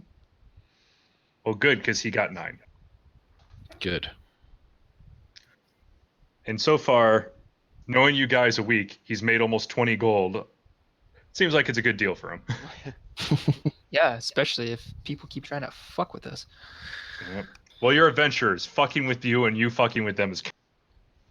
Hey, We're Ghost. adventurers? I thought we were entrepreneurs because we Little haven't bit of done any. We're both. You guys are EGOTs. You know what we could do is go find more of those Xanthar idiots and fuck with them to try and get more money out of them via the city. What? We need to go find a tomb with some ancient treasures.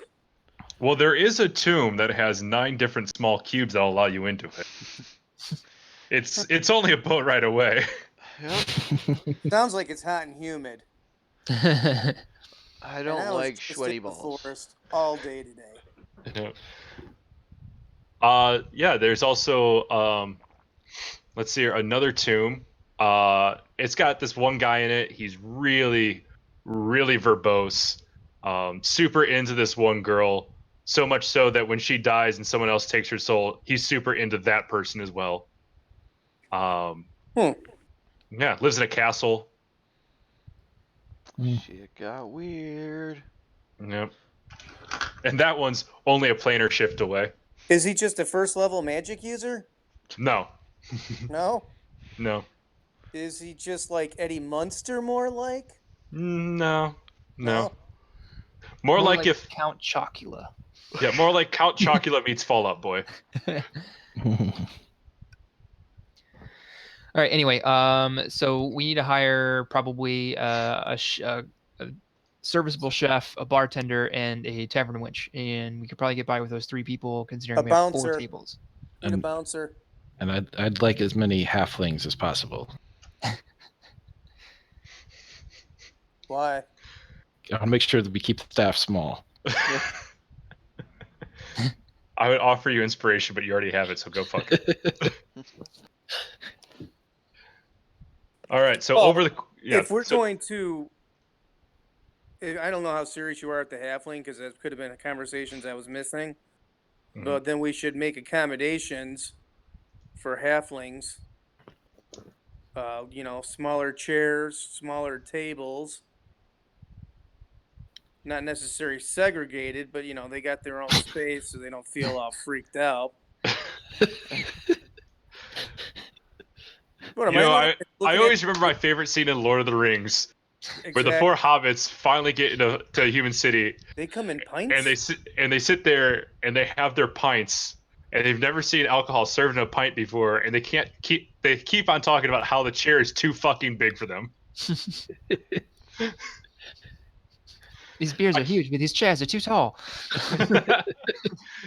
You know what? I love this beer, but I can't reach it because the distance between my chair and the table is too great.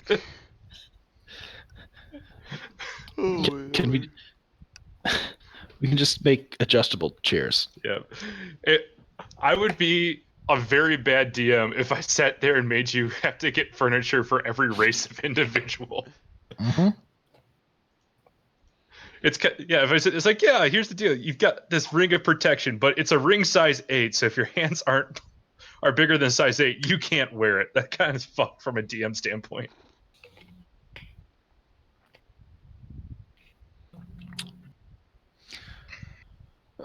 Okay, so who has some work that we can go do? Because I haven't rolled any dice yet, and it's been almost 2 hours.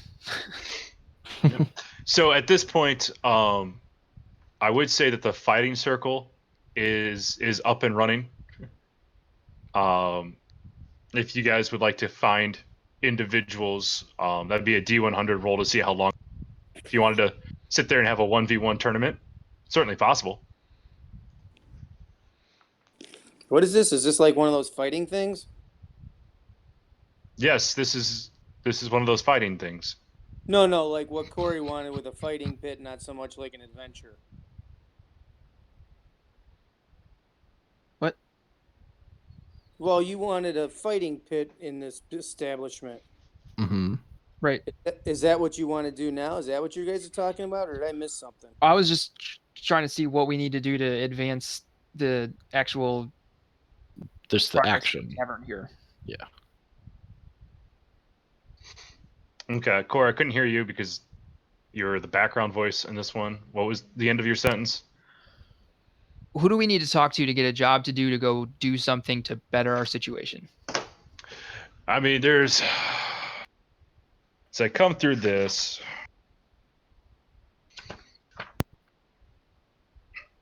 you haven't checked in with Devil in a little while. Let's see here. In terms of, you have heard rumors of a group called Force Grey who's looking for individuals.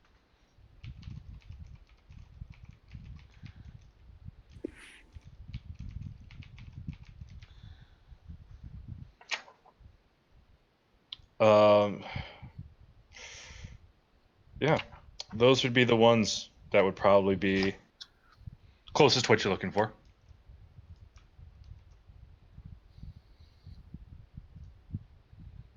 Okay. What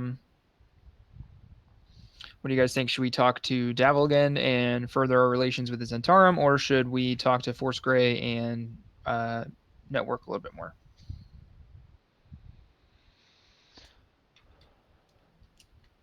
I'd like to do something a bit more clandestine and ill repute.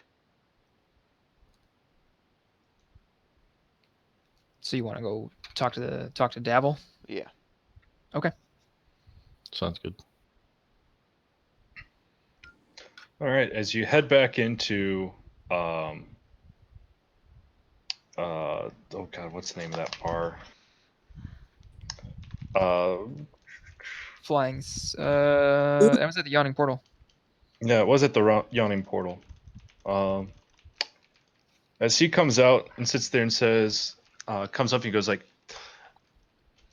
"Ah, yes, the owners of Troll Skull Alley. How can I help you?"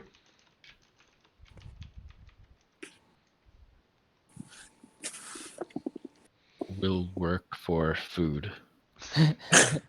Pretty much. I'm pretty sure you can ask more for that from us. You looking for a job that pays money? Yes. All right. Well, there's one of our trade routes if you are willing to call that a trade route, has been compromised a little bit. Xanathar's guild is sitting there and trying to compete with us on more fronts. Underneath the city, in the sewer areas, we've had a fencer who has dropped off the radar. If you don't mind checking in with him, making sure he's all right, and restoring his trade line, and clearing out any Zans along the way, consider us grateful. You can put 150 gold pieces down for, like, right now, and another 150 on your return, just to make it worth your while. Mm. Sounds like a fair sum of money. Yeah. What is the beef exactly with the Zentarum that you guys have? Oh, I don't know everything about this, but from my perspective, what we want and what Xanathar's guild wants is the same thing: control of the less glamorous parts of Waterdeep. We do it because someone's got to, and if we get to make the rules, we can also punish those who go outside the rules. Zan's guild does it because they can.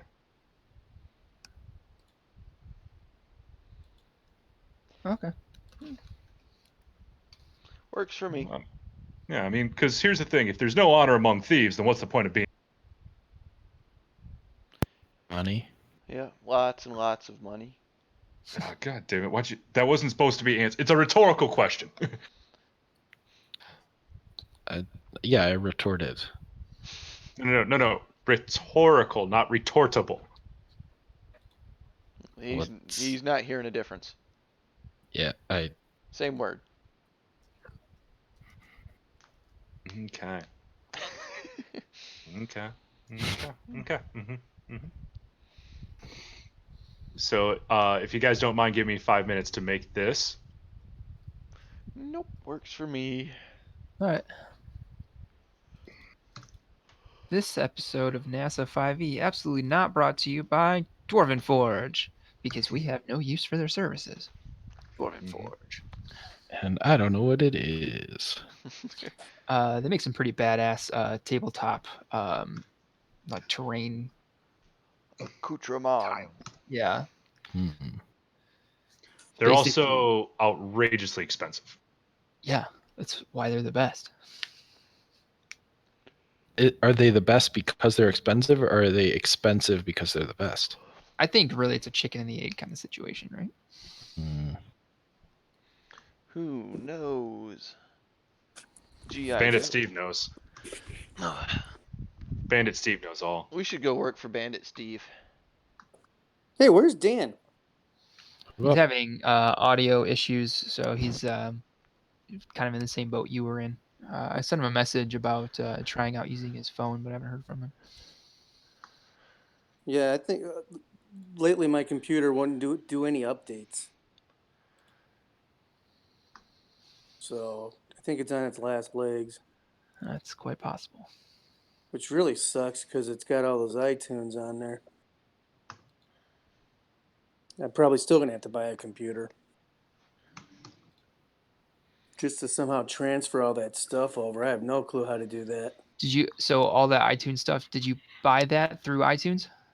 No, actually, this thing has a CD burner. Oh, okay. So it's all uploaded from your CDs and stuff. Yeah. Mm. Yeah, I don't have a good option for you on that one. Apple's very persnickety about. Well, I'm not worried about that. It's in my iTunes, so no matter what, that's gonna be there. I guess in a sense, it's just all the other stuff on there. I'm trying to figure out what I actually do on that computer, and other than pay my bank bills and do my taxes, I don't really do a whole bunch on the computer. And I was reading an article that a lot of people buy way too much that they need for their computer because half the time they're just shopping on it. Yeah. It's not like I'm a web designer or an artist type of thing and I do my CAD on there. I just, I want to be able to play this on here because I have to this is not that great on my iPad. I mean, it's workable, but Yeah. it's All definitely right. nice. Oh, you switched maps. I thought my computer was going down again. Nope. It exploded. So as we're repurposing a the Xanathar's Guild hideout for this, as you guys come into the area that Davil showed you, as you come in, not only are you mid accosting, you find a number of eye tattooed chrome domes coming in on a guy that once again looks like Bandit Steve. Sitting there's like, so here's the thing about the Zentarum. When you're in danger and your business and your livelihood is around its endpoint, where's the Zentarum to help you? Just give us what you want, and we may consider letting you leave here alive, and we may consider allowing you to operate business again.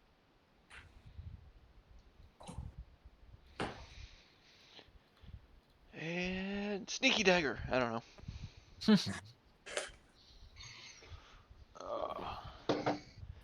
What is Bandit Steve's response? You found a slightly darker color around the crotchal region of his pants. Hmm.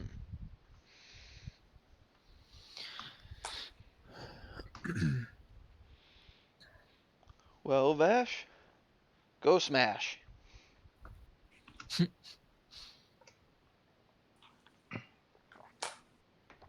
So it seems like these guys are putting the squeeze on Bandit Steve, and he's not able to leave or do his job. Seems like it. Okie dokie. Time to go to work. Vash gets to smash. Vash the smash the stampede. They're all focused on Bandit Steve right now? Yep. All right.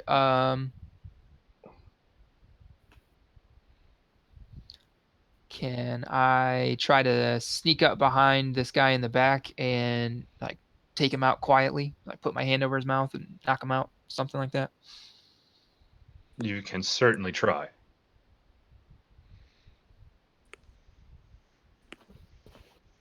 But just for the purposes of cleaning up things, if you guys do decide to fight, let's roll initiative now.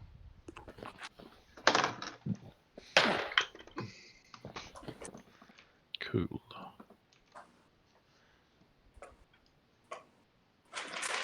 Yay. I roll so well. All right, 25 to 20. 15 to 20. 15. I haven't rolled yet. 3.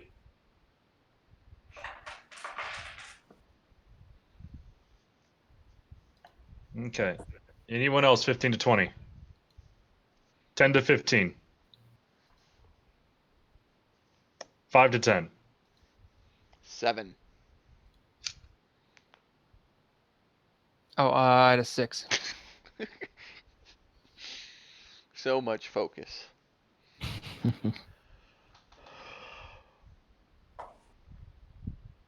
All right, and then Nicodemus, you said you had a 3 adjusted or 3 roll?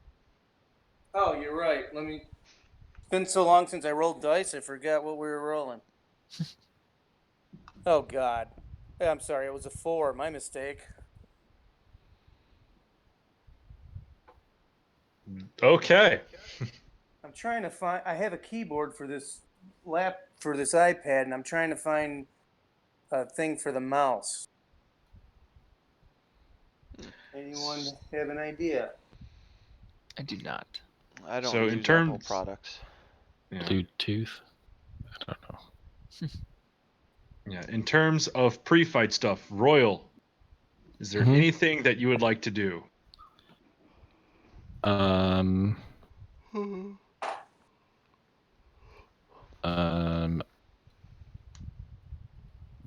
No, not in particular. Going down the order here, Damros, anything you'd like to do in pre-fight? Just prep a dagger to chuck at one of these guys. Cool. Vash the Stampede, what would you like to do in pre-fight? Can I do what I said I wanted to do before, or is that more of a? No, that's totally fine if you just want to mark where you're moving to. Okay. And then we'll go athletics check. You roll with advantage. I roll with disadvantage because he's unaware of your presence. Okay. Okay, so that's an 11. And 12. Okay, I need to sit there and find out. Oh, never mind. That's the wrong class of stat block I'm using.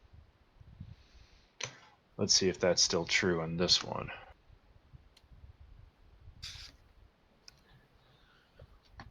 All right, I'm glad that I checked because that succeeds. So you now have him restrained, hand over the mouth, and then finally Nicodemus. Anything that you? Yeah, okay. I'm probably gonna cast Eldritch Blast. Okay. And then who would you like to strike with this? Let's see. Right now, here's the problem. I can't move anybody. Am I coding? Yeah. Well, that's horrible. That sounds like a Japanese steak. I mean, at the beginning of the session, I did apologize because the way that the Right, token maker would not shrink the text box at all. So, right. That's why I said do Nyko. yeah. Okay, you know what? Is there? Wait a minute. How many are there? Damn it! Why can't I? There are 5. Vash currently has the first one in a grapple. What's the red dot? The red dot sits there. That guy looks a little bit tougher, beefier. The equipment he wields looks a little bit Better. better condition. I'm gonna hit him. Okay, go ahead and roll to hit.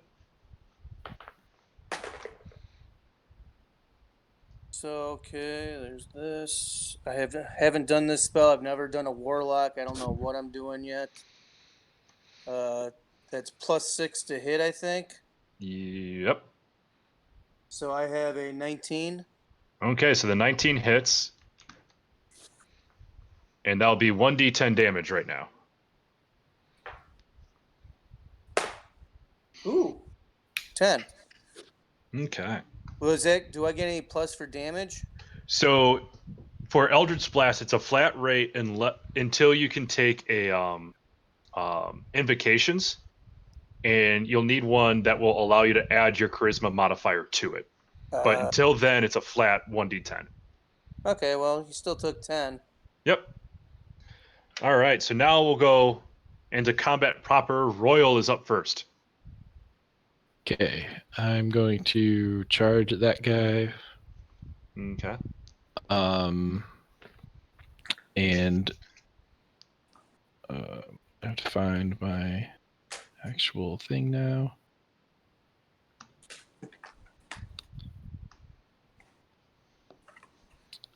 And swing with my greatsword. All right, go ahead and roll a hit. Oh boy. 8 to hit. Once again, you did a great job of showing him your sword. I'm just gonna kind of scream at his face. Okay. Raging or just yelling? Just yelling. Okay. All right. At this point, the brown dotted bandit captain sits there, turns around, kind of cracks his neck a little bit, and we'll go up to Royal, and we'll make 3 attacks. That's a lot of attacks. Yeah. I should have raged. Mm-hmm. The first one's a natural 1. The second is a 21 to hit. That'll hit. And the third will be a 22 to hit. Yep. So as this comes around, you see him taking a scimitar and he sits there and has a horizontal slash across your neck. You're able to duck down as he comes down instead and has like a diagonal cut that gets you right in the shoulder.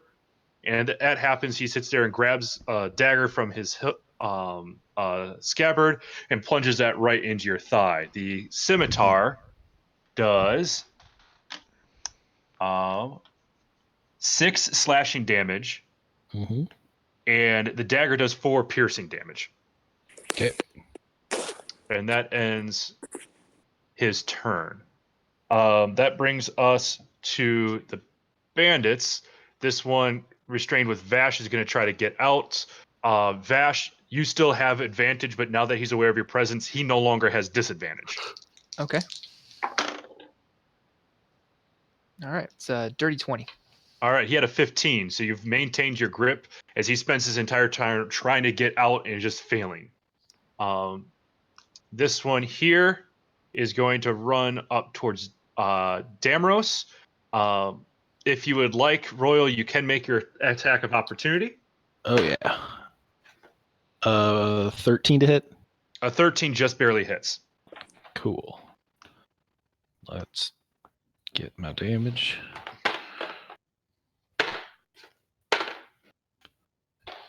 That is 13 slashing. All right. So as this one, as this Naruto tries to run straight towards Damros, you stick your sword straight out and you clothesline him, and you unintentionally decapitate the guy. That was on purpose. Yep. He went from hero to zero. Well, instantaneously. Yeah, this one up here is going to come up. Saw what Nicodemus was able to do. Is he going to throw a dagger right at Nicodemus? No, he's not. No, is he not? As it's not going to hit, or no, he's not. Like he's not. Dude, I have a charisma of 18. I'm really good looking. He's not going to want to mess this butterface up. Look, yeah, look. Sometimes individuals just want to destroy something beautiful. Name that movie. Per person. Yeah, name that movie. I could, Yeah, so this one will be a 16 to hit. he did, but let me see if I could. Can I dodge? You cannot.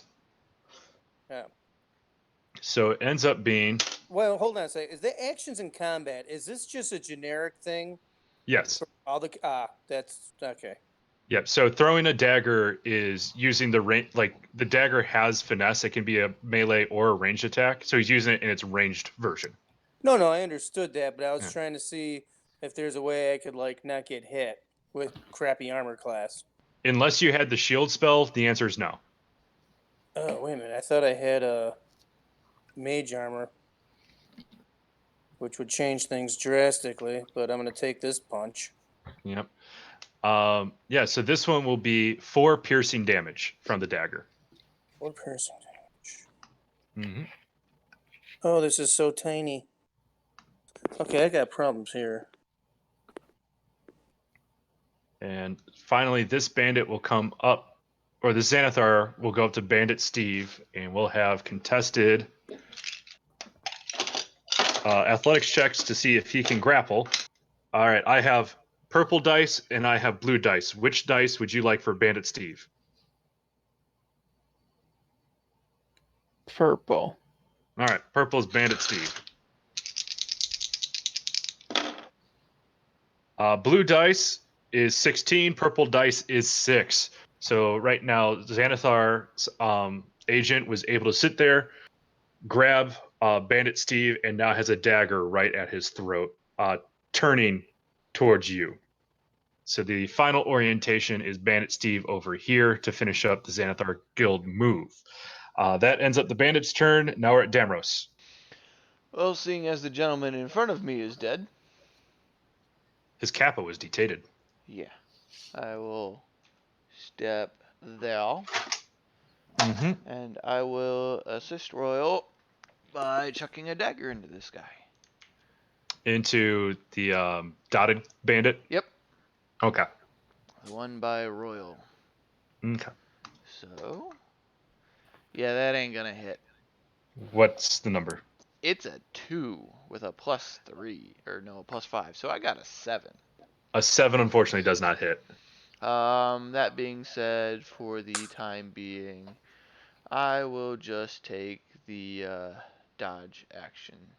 All right. That brings us to Vash the Stampede.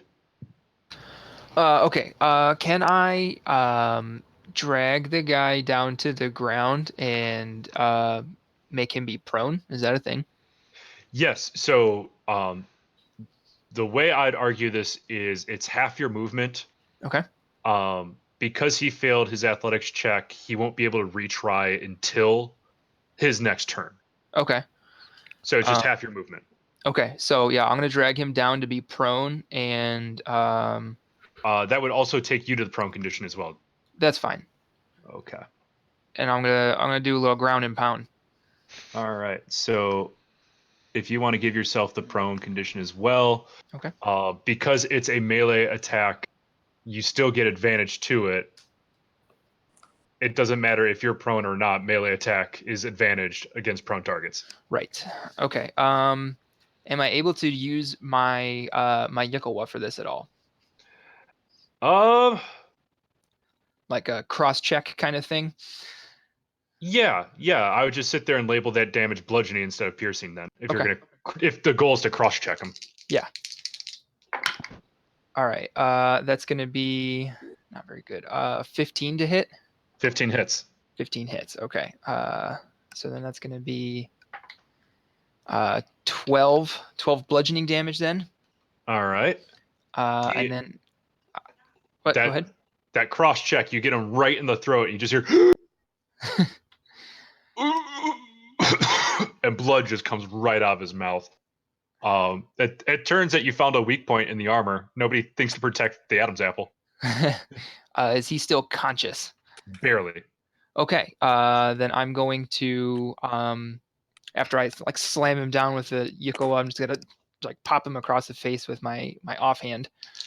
Okay. So that's going to be a 23 to hit. I'm assuming that hits. And then that's going to be 6 bludgeoning damage. All right. Tell me how that offhand strike knocks him unconscious. I mean, it's hard to tell if it was my hand hitting the side of his face and head, or his side, the opposite side of his face and head, bouncing off of the cobblestone. But there was a large thud, and then he stopped fighting. All right. Because you haven't moved, you are able to stand back up. Yes, I will do that and use the other half of my movement. Yep. Yeah, and that's for the record, your MMA career right now. Nicodemus. Yeah. So, okay, let me ask you this. If I read the thing right, I have 2 spell slots. Yes.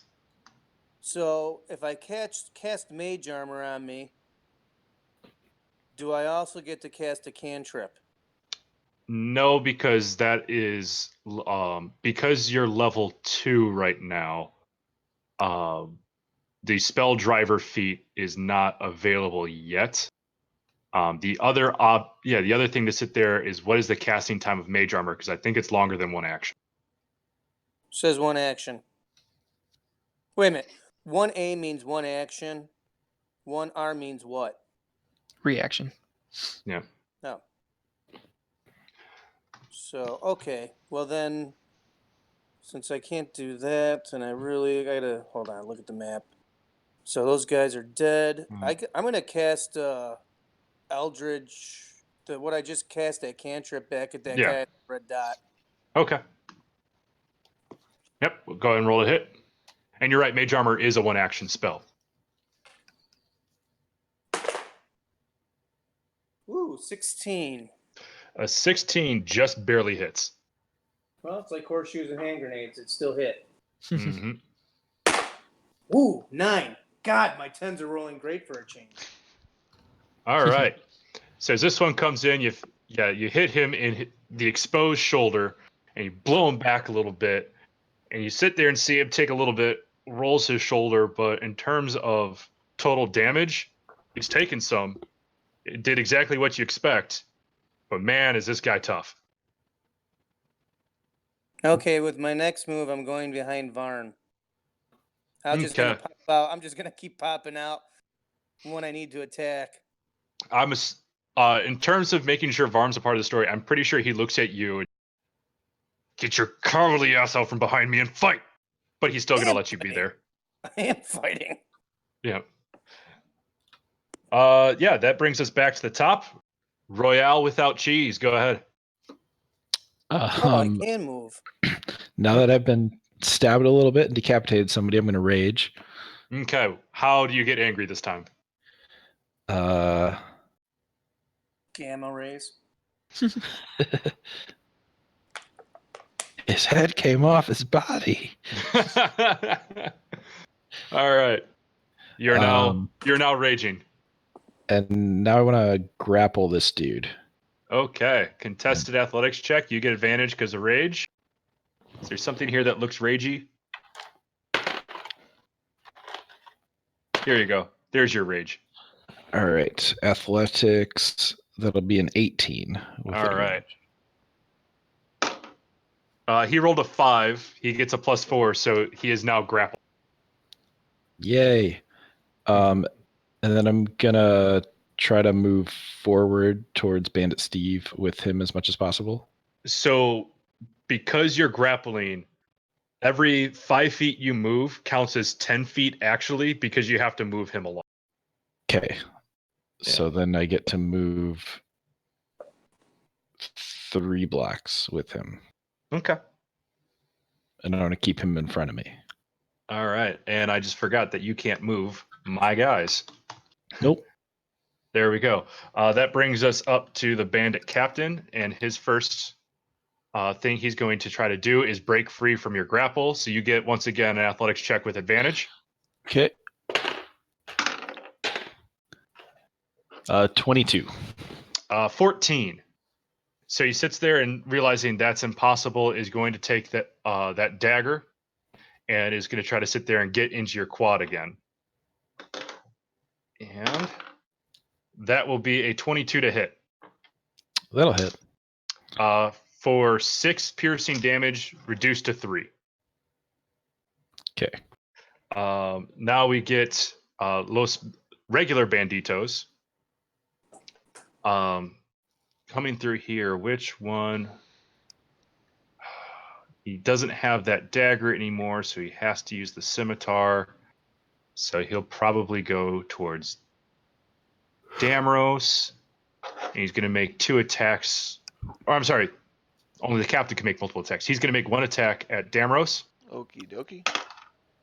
That will be a 13 to hit. Does not hit. All right.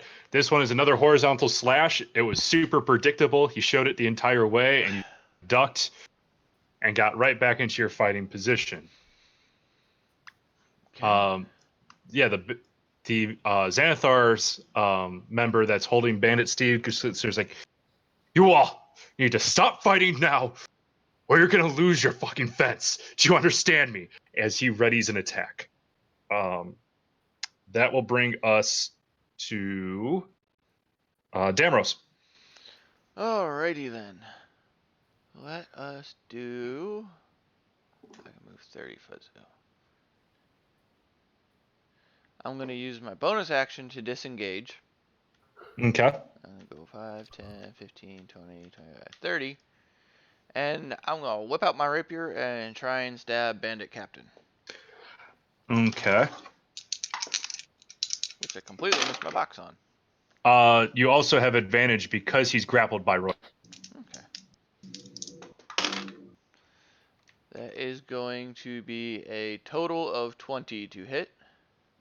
That does hit, and meanwhile, as you're hitting that bandit captain with your sneak attack as well, you hear the sound of a scream of pain from someone totally not used to fighting. And as you look up, the dagger has gone into the chest of Bandit Steve, and he takes 6 piercing damage, and he looks grievously injured. Wow, I can't roll worth shit today. I did 6 damage. Okay. Save the bandit. Yep. I have And concluded. all right, that brings us up to Vash the Stampede. Okay, I am going to. Let's see, what's my move speed again? I think it's 40 feet. Yes. All right. I'm gonna use my feline agility to get all the way over there. Mm-hmm. And I'm going to. I'm gonna try to grapple this guy so he can't fuck with Steve anymore. Okay.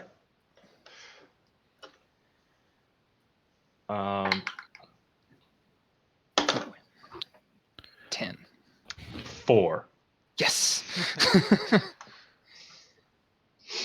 So, yeah, you're able to. The dagger is still left in Bandit Steve. You sat there. You started by grabbing at his wrist, opening up his grip a little bit, pulling him away, and now you and the Xanathar's agent is grappled. Bandit Steve falls down onto his knees, still breathing, but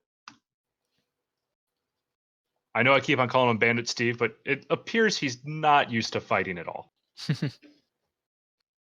Yep, that brings us to Nicodemus.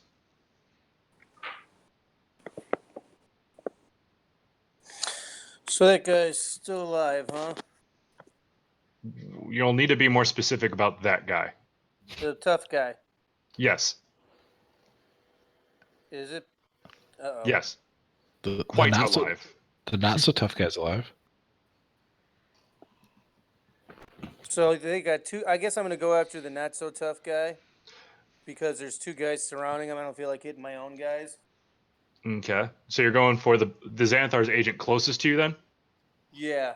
Okay, go ahead and roll to hit. And also, what are you hitting with? My Eldridge thing. Okay, roll for EB. Roll for what? Eldritch Eldritch Blast. Blast. Woo! 5. So plus 6, that's a whopping 11. That just barely misses. Yeah. I thought Yeah, you so were in gonna this say one, that. you sat there and you took a little bit too long to generate the force of your Eldritch Blast. As soon as it releases from your hand, he was able to read it and sidesteps the blast. I need more beans. Yep. That brings us to Bandit Steve. Now that he's free, and Vash has grappled the other guy in his MMA career, he is going to sit there and try to crawl away. And that's the extent of his turn. We're now back at the top with Royale without cheese. Alrighty. I am going to go ahead and slash at the dude that I'm holding Okay. with With your greatsword? with a dagger. With a dagger. Okay, that makes a lot more sense. Go ahead and roll normally for that. 17 to hit. 17 does hit. And then Make sure you add your rage damage. that's what I was checking. So, but I don't get damage because it's not strength, right? It's a dex weapon.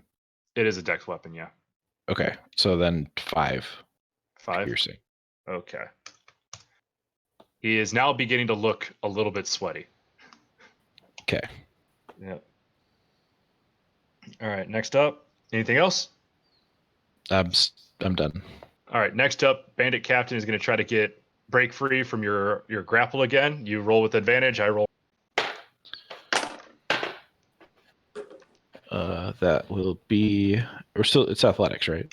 Yes. 21. 17. You still hold on. And yeah, that takes away everything except for his dagger attack, which he's going to try again on you. And that will be a 17 to hit. Yep, that'll hit. Once again, 6 piercing damage reduced to 3. Cool. That brings us to the bandits. The bandit that is currently grappled with Vash is not even going to try to bother getting out of your grip. He's going to make a dagger attack. Okay. And that will be an 8 to hit. That'll miss. All right, cool. His secret dagger was not secretly useful. And then this one right here, because you fired the EB at him, Nicodemus, he's going to charge to you, and he's going to make a scimitar attack. And that is a 19 to hit. Just barely makes it.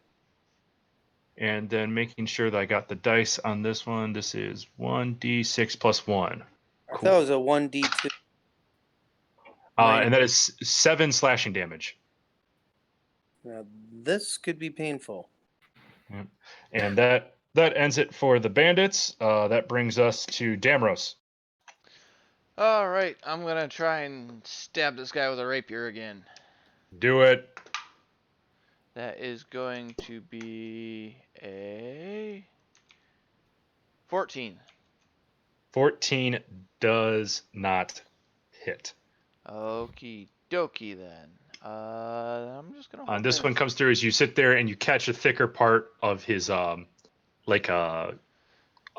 shoulder armor, and it just kind of deflects off and goes over his shoulder. Okie dokie. Mm-hmm. Then next up will be Vash the Stampede. Okay. I would like to basically do the same thing. I'm gonna drag this guy down, make him prone.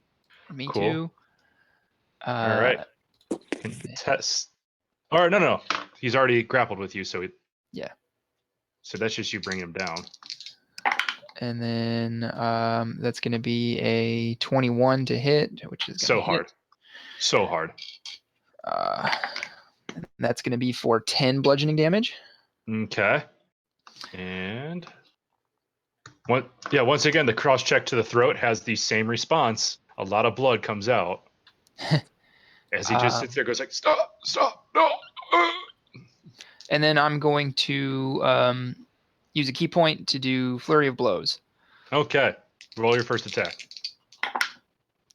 All right, that's going to be a dirty 20 to hit. Hits. Roll damage first. Okay. 5. All right. Once again, you're not really sure whether it's the strike of your hand to his head or his, but you're now 2-0 in this fight. Okay. Yep. And then I will stand back up. All right. That brings us to Nicodemus.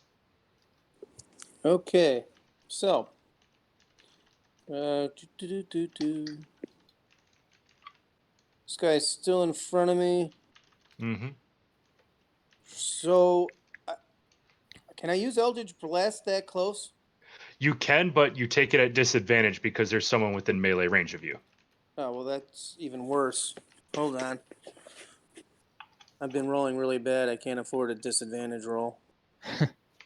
These are independent events, and past bad rolls does not mean future bad rolls. Sure. It also doesn't mean future good rolls. I guess I'm going to use my hand axe. Okay. Roll to hit. Not sure why I have a hand axe. I don't recall buying a hand axe. It might have been in your starter's kit. Oh. Wow. Do I have the rolls today? So, you take 7. I roll a 7. All right. So this one, as you sit there and you're searching through your bag for anything that can help you, and you find a hand axe. You look at it. It goes like, man, if only I paid attention in hand axe school. And Right. you sit there, you try to slash, and he just is able to sit there and get his hips behind it enough so that it just completely whiffs. Yeah. The dice is not my friend today. Yep. Bandit Steve is going to continue crawling away. And that brings us up to Royale. I'm gonna try to just shove this guy over. All right. So you are currently grappled with them, so you guys can both go to ground.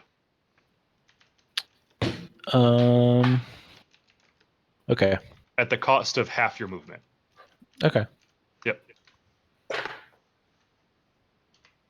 So I'm just on the ground. Both of you are in the prone condition right now. Okay.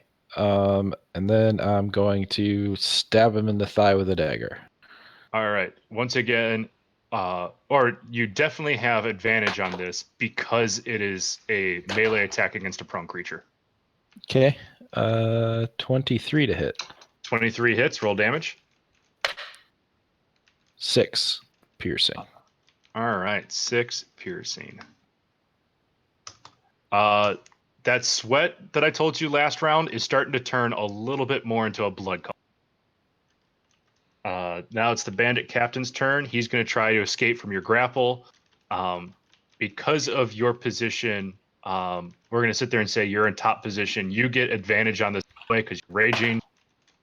He gets disadvantage Ooh, because you he's in make it bottom out. position.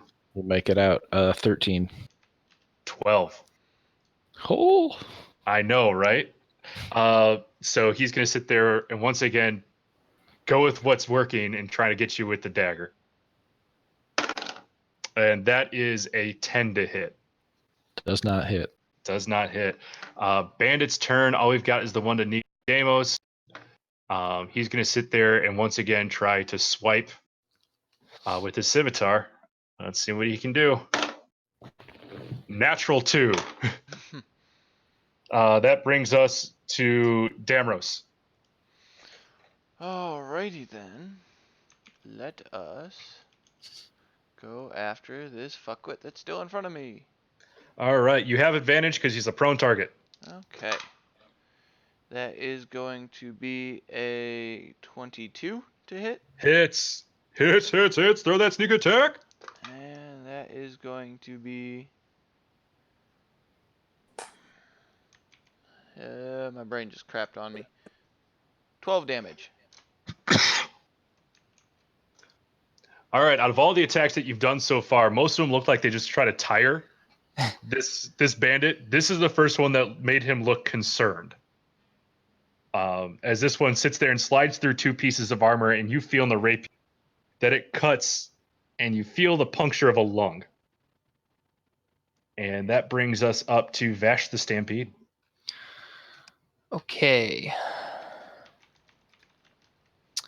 All right, I have a question. So my feline agility says I can use it. I can't use it again until I move 0 feet on one of my turns. I didn't actually move from the square I was standing in last turn. Based off of, you still end up moving technically when you used half your move speed. Okay. So based off the way they wrote it, I understand how you got to that conclusion. But I think what they meant is you have to spend a turn not moving. Yeah. All right. I'm going to use my second key point to do Step of the Wind as a bonus action so that I can get up to here Okay. and attack this guy who's attacking Nicodemus. And this was with advantage because he's flanked, correct? Yep. All right, that's a 21 to hit. That hits. And that's going to be for 11 piercing damage. All right. This is one that sits there and gets him once pretty woozy. He's stumbling around a little bit now. Barely conscious. Okay. That's it for me. Okay. That brings us up to Nicodemus. All right, hold on. Sorry, I'm messing with some stuff. Okay, so let me go back here. So there, did he? Oh, he was okay. I'm gonna attack him with my hand axe. So just to let you know, you would have canceling advantage, disadvantage. So you'd have advantage because you're flanking the enemy with Vash the Stampede. You have disadvantage with Eldritch Blast because it's a ranged attack you're using within 5 feet of an enemy, and they cancel out to be a straight roll. That's okay. I said hand axe. Okay, well, I'm just making sure that you knew the situation you were in. Well, it's the same situation I was in last time, except now I have some help. Yes, and that help would have changed the way Eldritch Blast worked. Yeah, what he's saying So- is you can cast Eldritch Blast without disadvantage because you have advantage from me flanking, so it Oh, cancels. is that what he said? It sounded like it didn't sound right. So I could cast Eldritch Blast. Yes, Yeah. and it'll just be a straight roll because you have one advantage, one disadvantage, cancel out. Okay, I'll do that. Okay. Ooh, wait a minute. Switch die. Time for a different die. Yeah. Now we're talking. So yeah, I had a 25. That hits. You sit there and say, it's like, I'm not going to allow this to miss. You right on the skull of this bandit, and you charge up your Eldritch Blast. Go ahead and roll damage. Ooh, whopping 3. Still explain to me how this bandit falls. Say what? He already had 11 damage thanks to Vash the Stampede. Well, it looks like I killed another one. Mm-hmm. All in a day's work, gentlemen. Yep. That brings us to Bandit Steve. You see that the dagger's still in him. His movement speed is getting slower, and his chest is falling closer to the ground. Back to the top, Royal.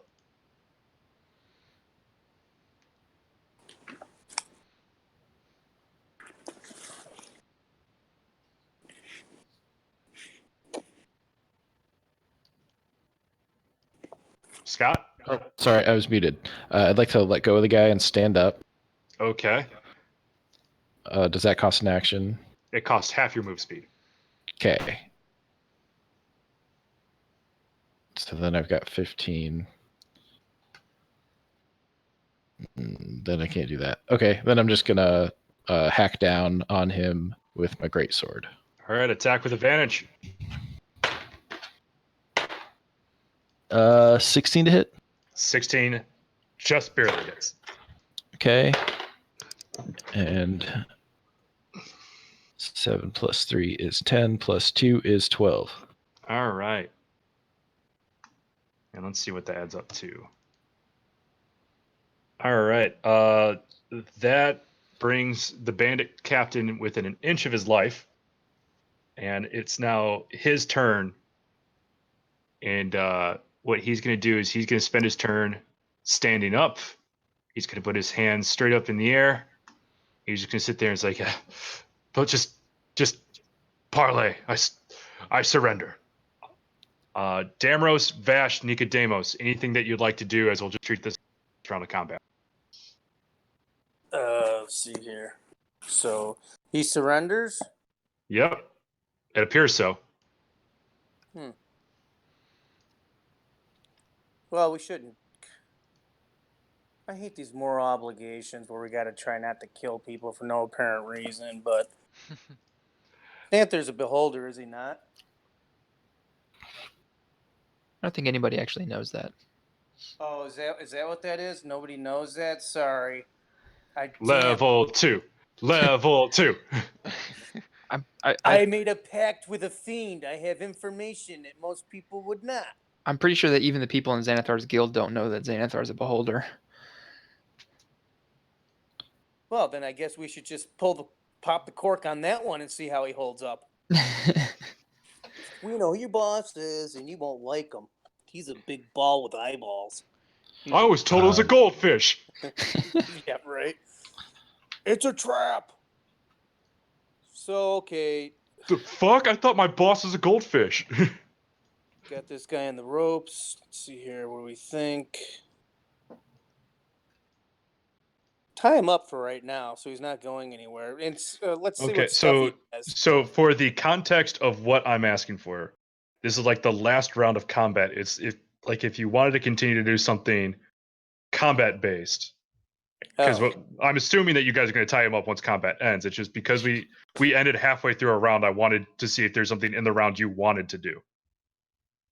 No, because he wants to parlay, and to do Yeah. anything less would, Okay. kind of change the path that I'm trying to Yeah. put myself on. Cool. Damrosh and Vash.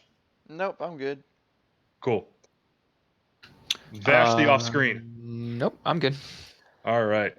So we'll sit there and say combat has ended.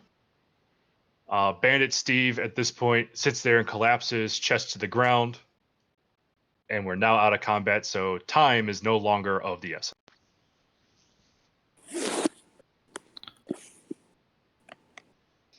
As Nicodemus requested, you guys do bind the hands and feet of the bandit captain. In his underwear. He's got to have better stuff than my second level guy. So he is now down to his white boxers with hearts on it skivvies.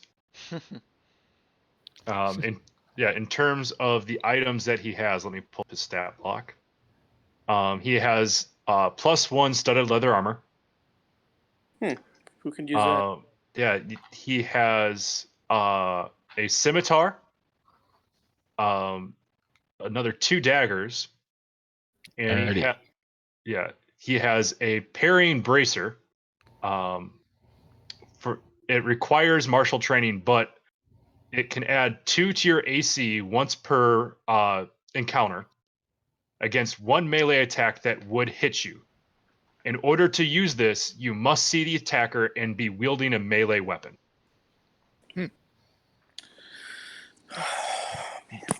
You also find a couple of books. The first one is called Scream the Pain Away. The first one is it allows you to use the effects of a short rest while not having the opportunity to do so. The price of this, however, is that any stealth is broken, and it creates a sound that extends out 90 feet in every direction. The second one is Alchemy for Dummies. While attuned to this book, you are allowed to do anything that you're allowed to act as if you had proficiency with alchemist tools. If you already have proficiency, that proficiency bonus is doubled. And the last book is How to Make Friends and Turn Them to Your Advantage. If you do not have proficiency in deception, persuasion, or intimidation, you may add proficiency to one of those skills while that book is attuned. If you already have proficiency, that proficiency is doubled.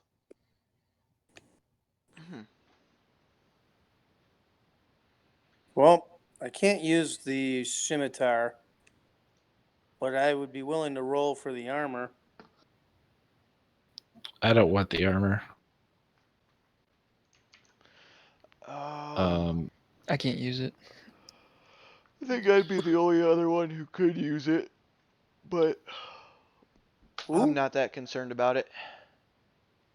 Yeah, my armor class is horrible. I have 12. Yeah, you need it more than I do. Well, you don't have to rub it in my face. Hey, it's better that than a weapon. Yeah, that's I'm true. interested in that. Ooh, rub Gauntlet. that knife in my face. The parrying bracers? Yeah, the parrying bracers. That item does require attunement. Okay. What is the point of attunement, since it sounds like you automatically get it anyways? So You can only attunement, attune to 3 items. yeah. Oh, so it limits what kind...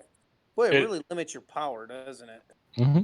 So essentially, you can't just be a walking tank of awesome abilities. In order to pick up an awesome ability, you have to give up another awesome ability. Mm-hmm. I think that's crappy. It's not like we work for this stuff. It's kind of like when Neverwinter revamped the game. I literally had lost all my power. Everybody did. This is also in response to 4th edition, where in order to make sure there's still balance, they made all their power-ups incredibly specific. So if you hear people who are critical of 4th edition, they'll make jokes. It's like, yeah, this Wanda Fireball only does damage against red dragons on a Tuesday when it's raining and you happen to be in the swamp. But I thought the Neverwinter was 5th edition. No. 4th edition. Mm-hmm. Well, I think they switched it to 5th now. I think that's what the whole vamp up was. No, it's still based off of 4th edition rules. They Really? just they rebalance it every once in a while. No, because it took a while to redo. I mean, the people were crying, but you just got to relearn how to fight with different spells. Not that big of a deal because my guy's stomping all over the place again. Not Mhm. really all over the place, Mhm. but he's doing much better than he was. So how do I could take the leather armor? Yep, you get the +1 studded leather. So let me see how I add this in on this without a keyboard yet. So manage equipment, Mm-hmm. add items. Anybody else want Scream the Pain Away? How do I do that now? Do I just type that? Okay. Yeah, in terms of the books that I offer, I'll add that in inventories later. Okay. Otherwise, if nobody claims it, I'm going to drop it into Royal's inventory, and then you can decide with it later. Okay. Because I gave you Scream the Pain Away. I gave you Alchemy for Dummies. Mm-hmm. And Excuse me. Mm-hmm. What's cast off armor? Not something I gave you. Yeah, it's a particular kind of armor that is easier to take off. Okay, so is that the studded leather that I got? Wait a No. minute. It's Nope, not. it's studded leather +1. Fuck is it? All right, I'm sorry. Continue. I'll just keep looking for this crap. Yep. So we have a bleeding out bandit Steve. We have a bandit captain with his hands bound, feet bound, and in his white boxers with little hearts on them. What are we gonna do with this guy? Why did you guys tie him up? He's got to have information we could use. I just want to talk to him for a minute and then let him go. So he's gonna wake. We're gonna slap him and wake him. Be like, tell us some things you know, and then just like, okay, thank you. And slap him unconscious again. That's my plan. Guys, point of order: I never fell unconscious. So just Oh, gonna wait. slap him and say, tell us some things you know. I slap It him. was really weird that you undressed me while I was awake. Slap him and say, "Wake up!" while he's still awake. I'm literally gonna slap him and say, "Tell us things you know." You guys are new to this, aren't you? Level 2. Not as new as you. Do you really think that guy was acting in your best interest? Continue. That was really it. I was trying to sow unrest. But since you're asking me to prove what I'm saying, he's been working with a guy who's been trying to tell people that you're getting potions with various abilities. In reality, he's selling you poison. Huh. What kind of poison? The bad kind, idiot. So booze, tequila, what? Worse. Ooh, bad tequila. So let's think about this. You sit there and say, it's like, hey, you know what? I'd like to know what's going on in that person's mind. You go and buy from this guy a potion of my reading. It's really a whole bunch of poison. You drink it, you end up dead or worse. Hey, so are you guys in this whatever organization you're in, are you guys a fan of compartmentalization? I don't know why you're asking that. Why? I mean, is the answer yes? Do you guys compartmentalize information so not everybody knows everything? Not everyone has to do everything. I'm imagining that's the case. I Okay. don't know So, what's going on with my superiors. I don't think it's my problem to know. right. It's not our problem to know what he's doing either. Fuck you. Take inspiration if you don't already have it. I already have it, unfortunately.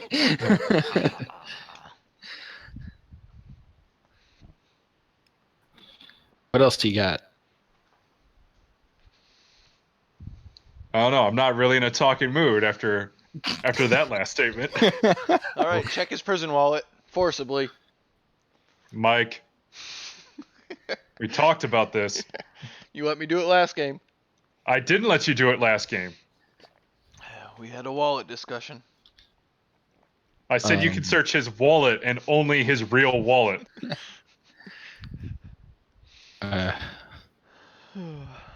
Ooh, I do have a question. Oh, that hurt. Yeah. What's your guys' guild's beef with the Zentarum? I really just want to know if he says the exact same thing as Davin did. Allow me to read that. Because that was not a question I thought you were going to make. Devil, that was the devil, yeah. Because Yeah, Devil is Devil's- like, oh, I don't know, but they want what we want, but We want the same thing. They just want to take it by force. right. I'm interested to see if they think the exact same thing about the Zentarum. They think the opposite. We want to have it where everybody gets, their piece of the pie, but they know if they step out of line, there will be consequences. They just want to take it all by force. Right, exactly. That's what I'm thinking is gonna happen. It's just literally a misunderstanding, and they want the exact same thing, and it would be beneficial to everybody to work together. Yeah, but I would never tell them that. Look, we understand the Zentarum's beef with us. They don't like the fact we're moving in on their. Thing is, though, this is only a part of the enterprise. Sure, we would like to know what's going on with the underbelly of the city. We also want to know what's going on topside. We like knowing things, we like information, and we like being able to act on it. That ruffles feathers. Okay. Are you asking me to apologize for it? Fuck no. Are you asking me to sit there and just let them have what they have? Hell no. They got something that works. We want it. We're going to move on it.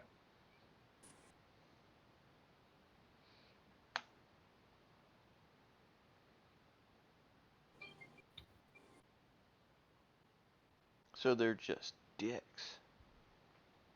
Say the same about you guys. Not even a, hey, we don't like what you're doing. Just stab, kill all my friends. I think 2 of them are just unconscious. I didn't kill anybody. Oh, Me neither. okay. So the guy whose head is clearly separated from his body. I'm sorry. Well, that kind of happened to himself. He ran right through my sword. Oh, allow me to apologize for him. He never meant to kill himself with your sword. Hey, Royal even thank told you. him, watch your head, and he just kept going. I was feeling really guilty about that, so thank you for apologizing.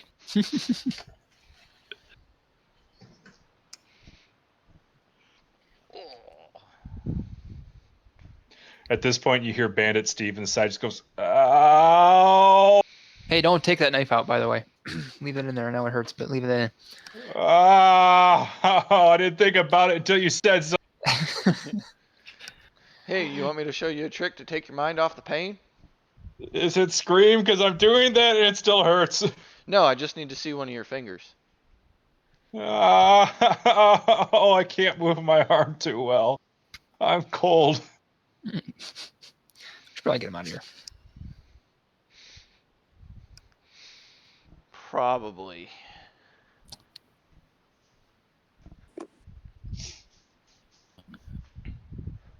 So does any of the blacked out area have pertinence, Jay, or were you just doing that to Nope. narrow down the... Okay. Just narrowing it down. This is literally the Xanathar's Guild hideout that I just repurposed for this. Yeah, I Yeah. didn't know if you threw anything underneath there that it was pertinent, or if you were just saying, nope, this is the little alleyway that we are... This is the context of the map. Okay.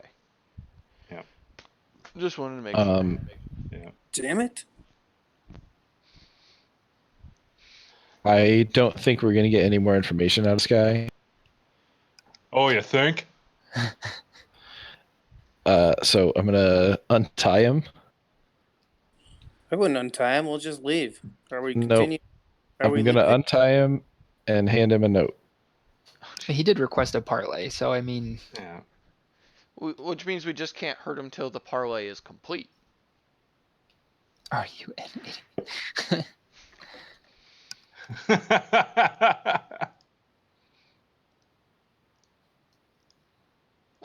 All right.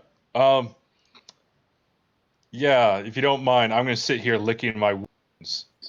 And you guys can leave. And then in 10 minutes, I'm going to go in the opposite direction. Okay, sounds good. Sorry about your Next friend. Tuesday? Do this all again? Just get different stuff? Fuck off. I'm still a fan of leaving him tied up and, at least standing him up so he can hop down the sewer. I'm Oh, not there Yeah. we go. that. Let's just leave him tight. Yeah, and if I'm allowed to vote here, I'm a fan of you fucking the fuck right off. Boy, that's a lot of F bombs from you. Okay, here's your choice. You could either have the permanent dirt nap like your buddies, or you could just be tied up and be happy with that. If this is how you treat a parlay, then I offer you two options. The first one is fuck off, and the second one is fuck off. Well, you keep swearing at us. That's not how you do a parlay by pissing. You killed my friends! Friend. They're bad guys. Only one of them. Well, let's see here. Well, actually, I don't know have- about the guy that got Eldritch blasted though either.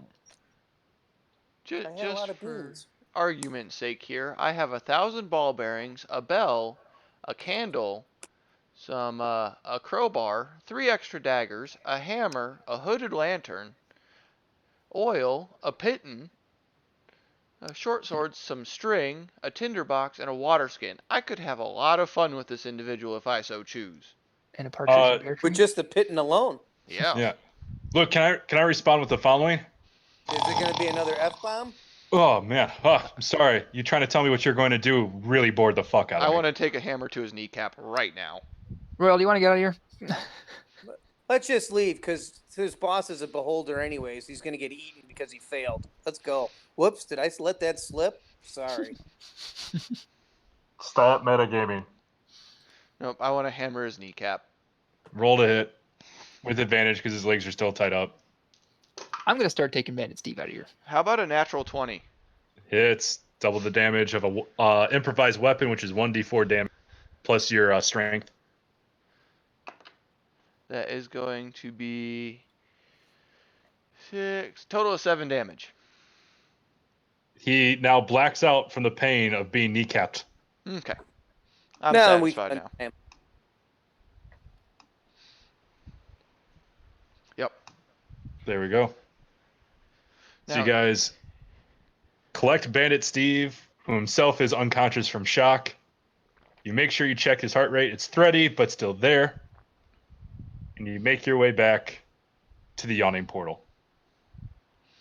You do have to make a couple of stops along the way in order to do some emergency first aid.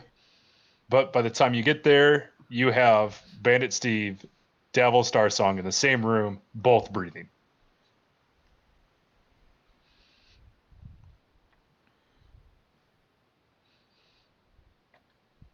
Boy, in all the excitement of the combat, I forgot what we were doing down. Rescuing Bandit Steve.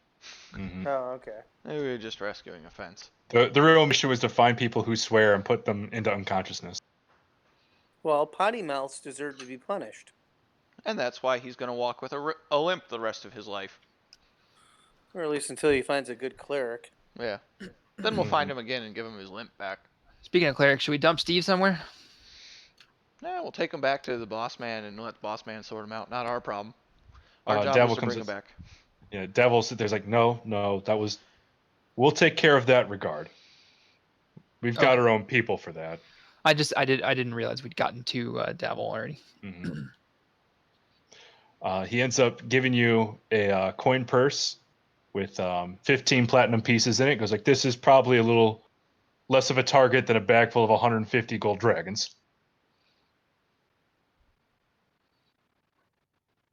And platinum looks nicer. By the way, Devil, one of the Xanathar's guys said that your fence was dealing in potions that were actually poisons. I don't know if that's a game you guys are running or not, but you might want to make sure that he gets out of that business unless you want to lose the fence. Thank you for bringing that to my attention. We'll start an investigation on that. In terms of dealing with an underbelly, it's only successful when we have rules. And part of it is when we sit there and we sell a product, we make sure it's actually the product we're trying to sell. We don't make customers by killing them. Yep. Yep. All right. So, with that being said, you guys head back to Troll Skull Alley for the night. At the manor. Do me a favor, guys, and at the end of this day,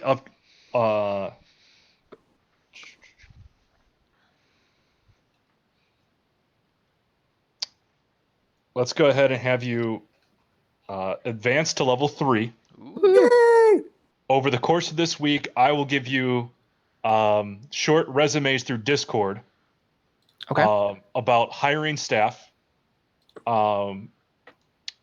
and then I'll try to give you 3 options for each position, their price and their skill level, and then you will sit there and pick on one. The goal is to have that all done by Wednesday. Okay. In order to hire, you need a 3/5 vote. Okay. And as soon as I put down the resumes, it does not happen. No hiring happens until the 3/5 vote happens. Okay. Mhm. Yep.